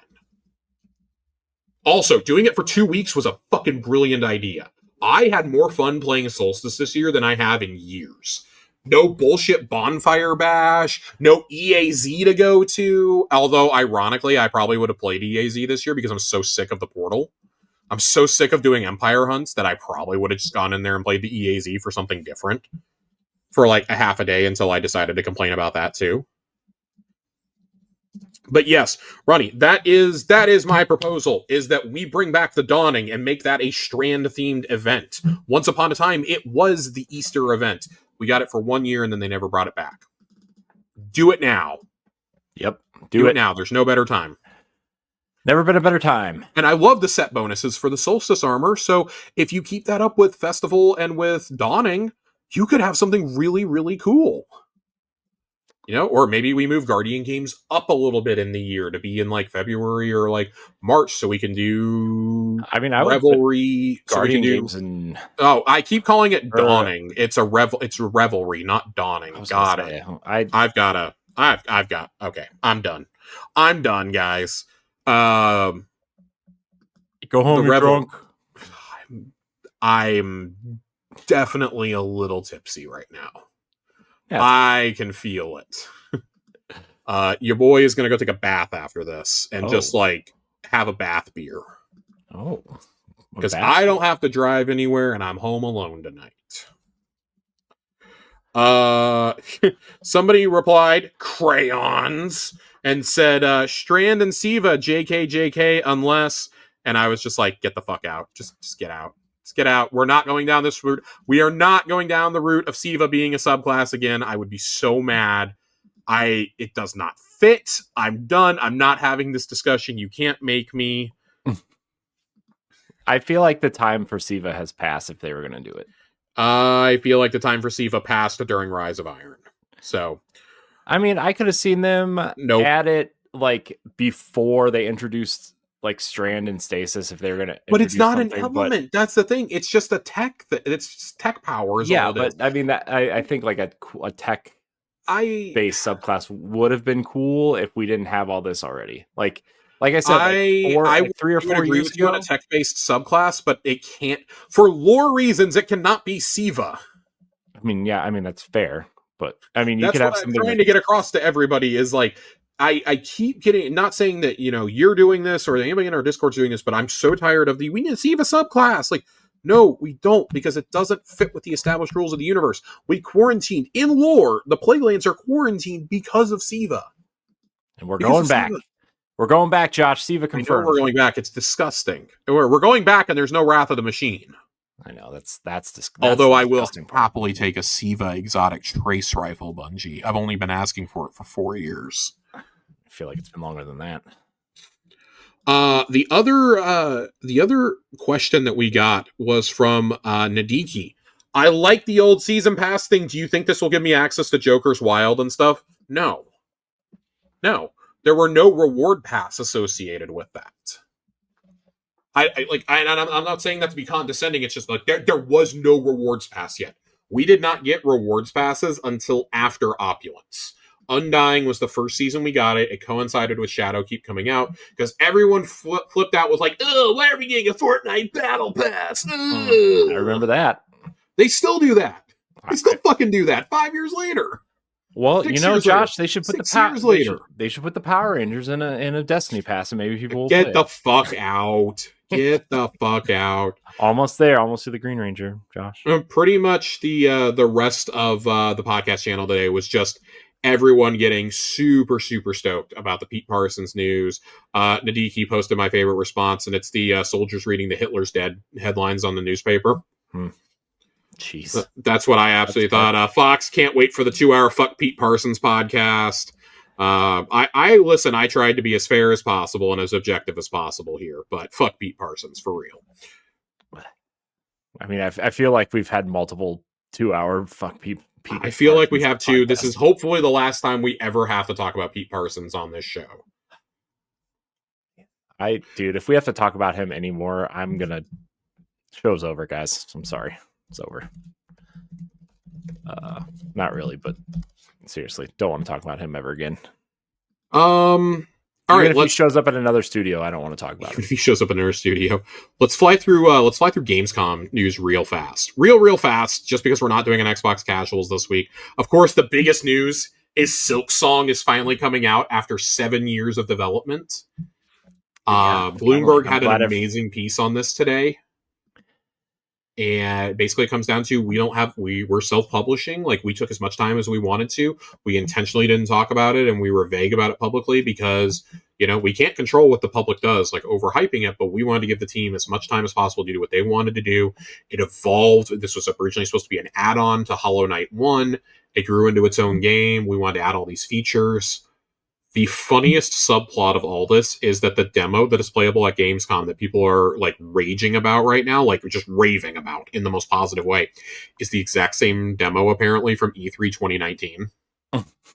And this is the first time it's been playable in 6 years. That is very funny to me. A journalist who got to play it at both was like, this is the exact same demo, I swear to God. Just with like the QOL changes. Oh my gosh, that's the big... Man, just the entire like... The entire timeline of this game that everybody just feels like it's like a big, FU to like the fans and stuff, and for that to be part of this now is like, oh my God. So funny. I think it's very funny. I would love to know how big this studio actually is. I think it's like 15 people. Yeah, it's not very big. It is not very big. As of this month, there are 4.8 Steam users with this on their wish list. It's the most wishlisted game on the platform by a very wide margin. So, some of the reactions to it from Gamescom this month.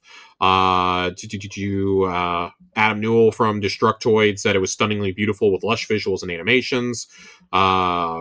Game Informer said, if what we played today is any indication, this will follow in Hollow Knight's footsteps. We really enjoy what we played. I think that this is one of those games that just...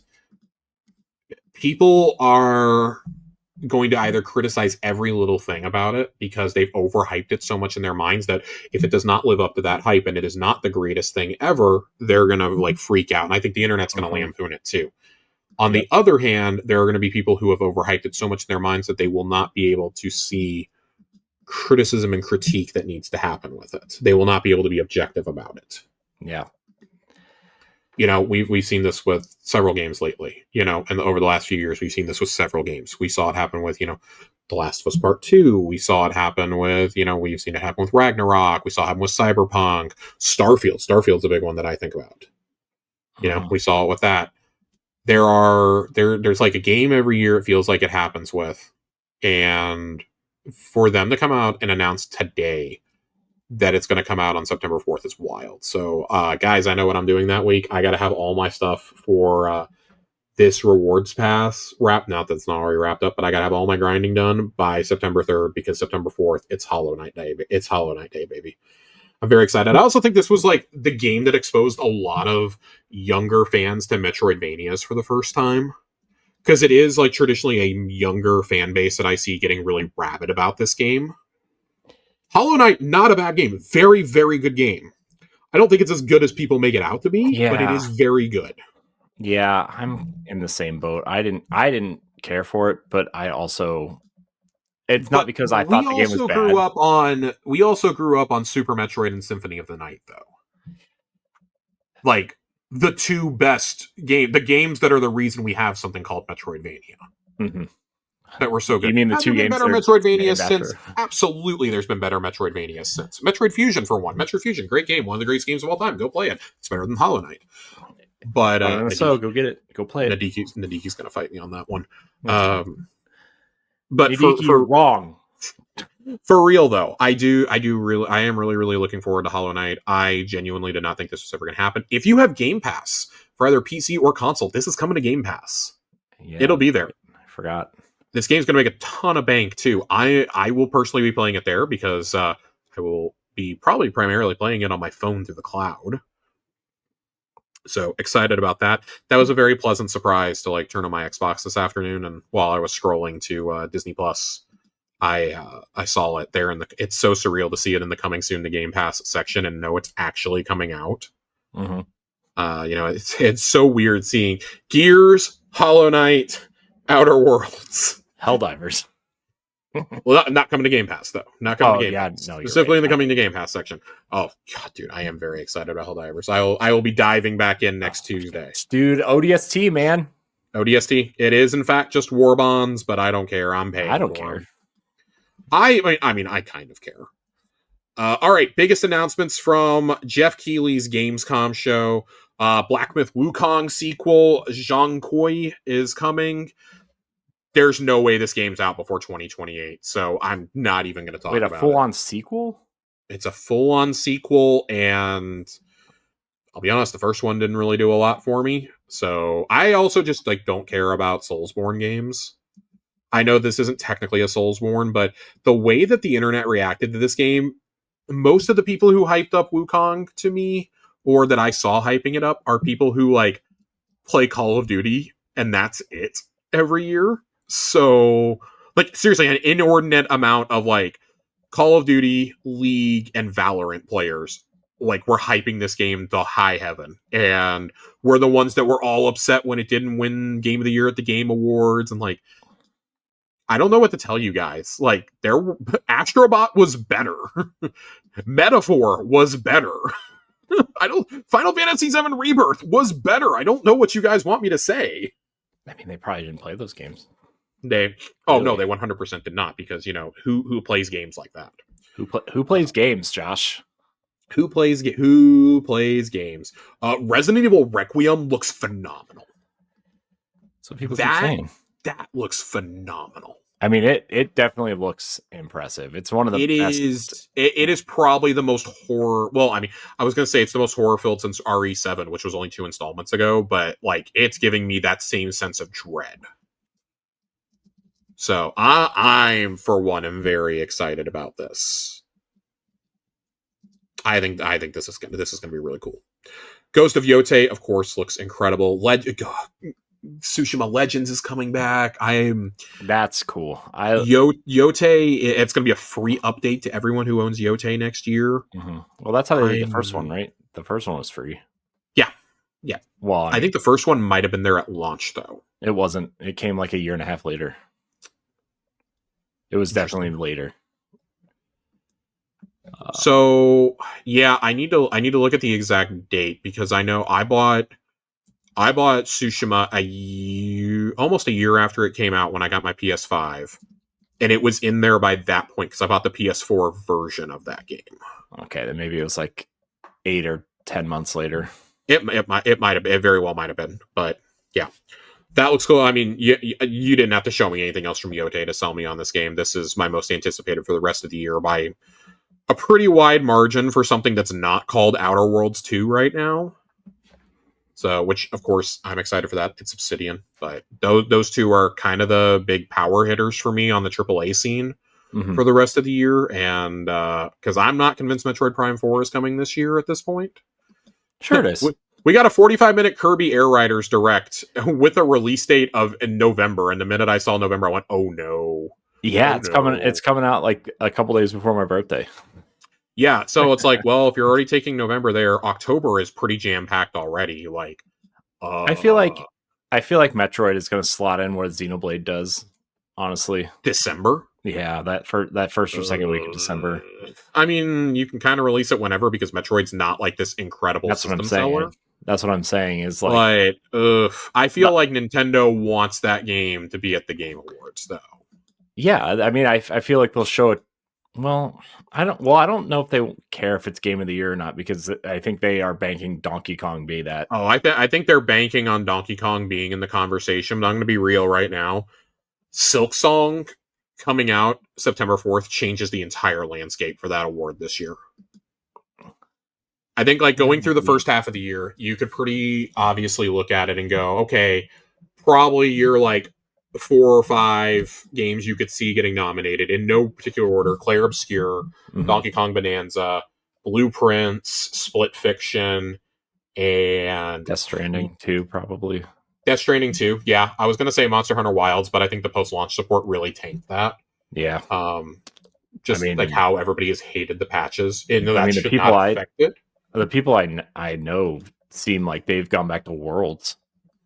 Monster Hunter Worlds. I will be playing Wilds, though. Final Fantasy 14 content coming to Wilds. Pretty excited. I can ride a chocobo in game. Yeah, chocobos. I will be playing that. Josh is going to be a chocobro. There was one other game that I was thinking of. I don't like to consider remakes and remasters in these, but I do think we're at a point where we need a remaster category. If you do that, Oblivion would be the only other one that I would be like, yeah, we probably need to have a conversation about Oblivion. Yeah. That's like the best remaster / remake, because it's not really a remaster, it's really more of a remake that we've maybe gotten ever. Mario Kart World will not be seeing the pearly gates. But yeah, now the back half of the year has kind of a 3, like right now, 3 real games that I think have a shot at being in that 3 or 4 games that have a shot at being in that conversation. I don't know if they will. They will. Several of them will probably be honorable mentions, but it's obviously Hollow Knight, Silksong. It's going to be Ghost of Yotei. I think both of those make the cut no matter what. Outer Worlds 2, I think, faces a little bit of an uphill climb just because it's been a really good year for narrative games, especially. And if Metroid comes out, like, depending on when it comes out, that's the whole thing. Like, that's what we've always said about, like, Jedi Fallen Order, for example, is the most egregious one. You know, we yelled about Indiana Jones last year. Indiana Jones should have been in those conversations, and it wasn't, because of when it released in early December. That's something like, for Keeley's show in particular, that game is eligible this year. Yeah, and I think the DLC I think it's going to get rewarded. Yeah, I think the DLC coming out keeps it in it, like it coming to PlayStation earlier this year. The DLC coming out, this announcement for Switch 2 next year, I think that it has kept Indiana Jones in the conversation that makes sense for it to be nominated for something. Yeah, the hype has been consistent all year long. More and more people have been playing it. It's had incredible sales numbers this year since going to PS5. I can't believe how well that game sold. Like, yeah. I mean, I love it's funny because it's like people always scream Xbox has no games, but the second they show up on other platforms, boom, they're the best-selling games of the year on that platform. I mean, Forza, it's wild to me. Forza is the best-selling game. What is it, like the second best-selling game on PlayStation this year? It is the best-selling game on PlayStation this year. Yeah, like that's crazy. 3.3 million copies so far. That's so crazy, man. For a nearly 5-year-old game. That's so crazy. 4-year-old game, almost. Excuse me.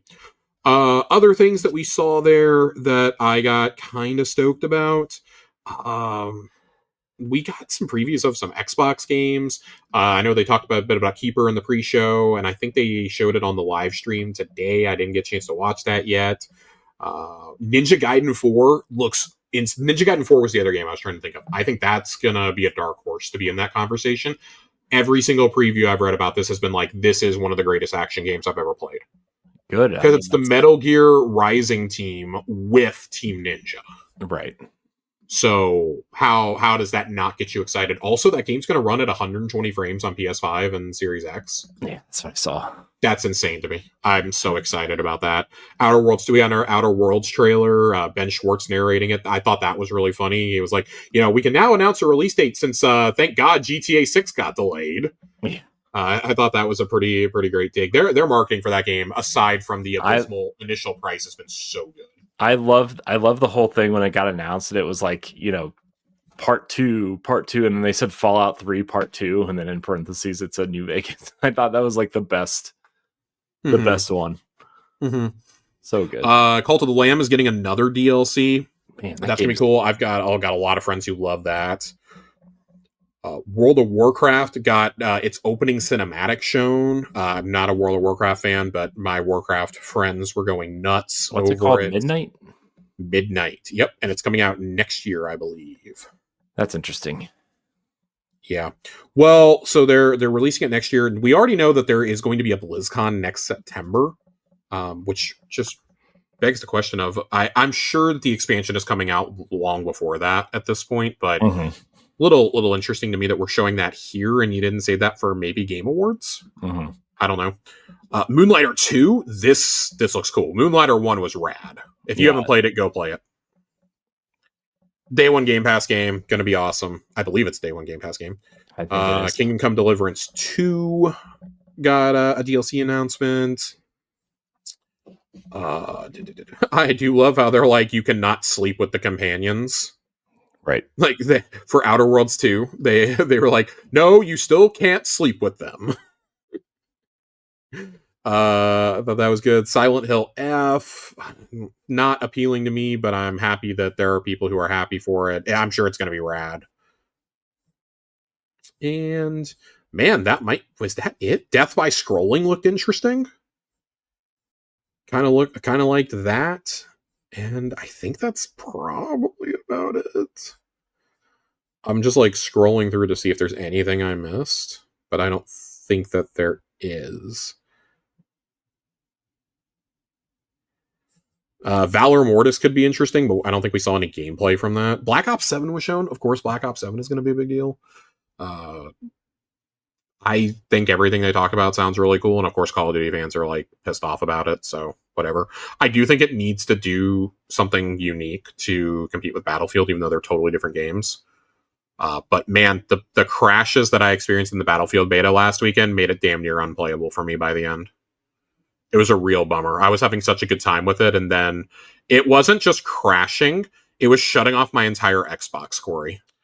Final things. Lords of the Fallen 2 got a big reveal. Lego Batman Legacy of the Dark Knight.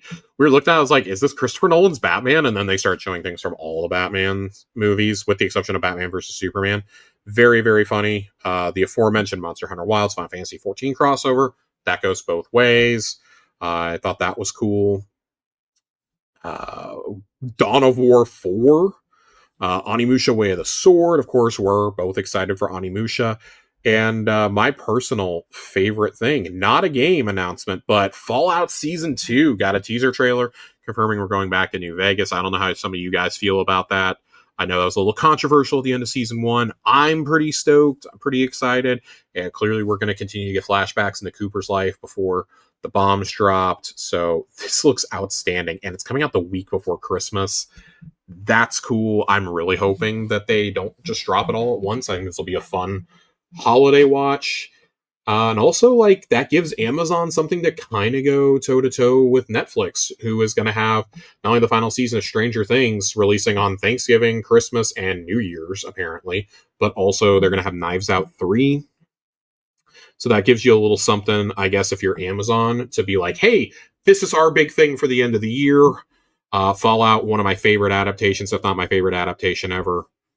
And there's a Sekiro anime coming. This was cool.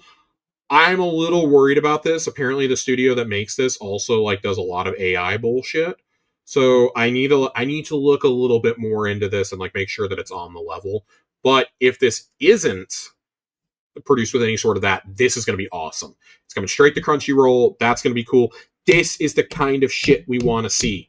I want to see this. I would rather have or an Elden Ring anime. I'd rather have that than the movie that we're getting from Alex Garland. No offense to Alex Garland. I like most of his work, but I'd rather have an anime series where you can just go all out with this shit and not be constrained by what you can actually do physically. Or, making it a green screen CG fest like the MCU. So overall, I thought it was a fairly good show. There was just enough to keep me interested. Like I rattled off a bunch of things there that I was interested in, but a lot of those were like really short announcements. And of course, today we also got the confirmation of the Xbox ROG Ally handheld. We're going to talk about more about that on Xbox Casuals next week. All goes according to plan. That's what we'll be talking about next week.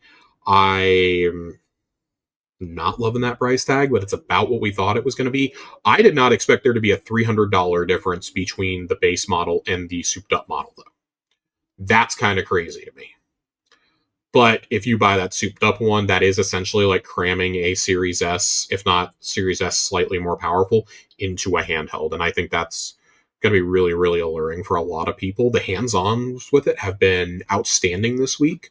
Very interested to see it for myself, but I will not be an early adopter on this. That is, $900 is a lot for me to pay for a handheld right now. So if I were to go trade in certain things, I would be putting that money into a separate fund to help me buy one of these. Of course, made my stance a little clear. I plan on waiting to see if there's going to be a special Halo one next year for the 25th anniversary. Corey, I think that's going to do it for us. I bet. Yeah. So next year, the anniversary stuff, I wonder if they're going to do like a, not a game specific special edition, but just something that celebrates 25 years of Xbox. Like, maybe there's like a car tire with a cog in a Lancer and like a Fable sword or something. Like, I don't know, like just patterns or whatever. Or maybe they make several based on the games that have made them. Yeah, I could see that.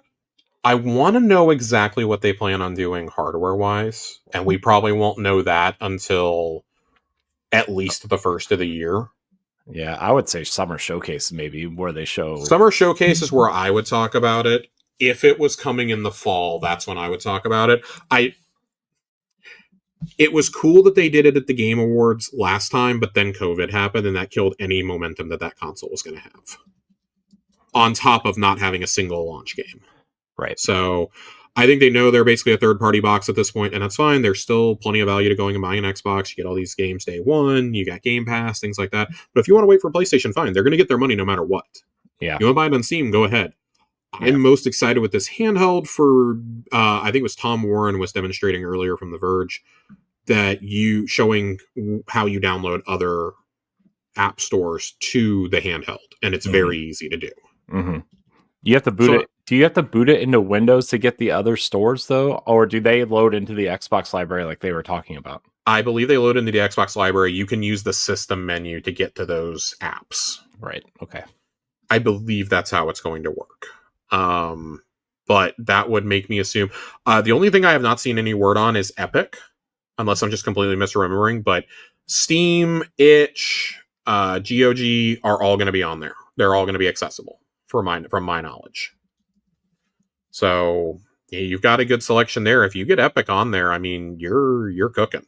Mm-hmm. But this really is something for... I saw people being like, oh, they're fucking liars. You still can't access your old Xbox games. Yeah, this is an Xbox PC handheld. Yeah, you can't. You can't access your Xbox library yet. They're still working on it. They like, even if they get the emulator working, they have to figure out the licensing stuff. Like, it's a legal issue more than an emulation issue. That is also something that I think they may reserve for their own in-house handheld eventually. You think they're still going to put one out? Probably not in the next year, but in 2 years, I could absolutely see it. I think they want to see how this one's going to go over first. Because I know Jez saying that it's canceled doesn't hold a lot of weight with me. Well, to be fair, they said it's shelved. It's not. Yeah, and that could mean a multitude of different things. Because the other thing that we'd heard was that it was feature approved already. So who's lying? Yeah, man. Yeah. So, but yeah. Corey, get me out of here. I need to get me some water. Yeah, it's time to go. Aspirin. Everybody out there, thank you so much for watching and or listening to this episode of Tower Casuals. I almost said Xbox Casuals, so we've been talking about Xbox for the last 10 minutes. You can find us on Fridays on your podcast service of choice or on YouTube. Like the video, leave us a 5-star rating and a nice review. Josh, thank you for your time tonight. As always, I know you're celebrating. Fuck Pete Parsons. One more sippy sip. Wow, that was a glass emptier there, Josh. Bottoms up. Bottoms up. Everybody out there, thank you so much for watching and listening. Until next time, love you. Goodbye.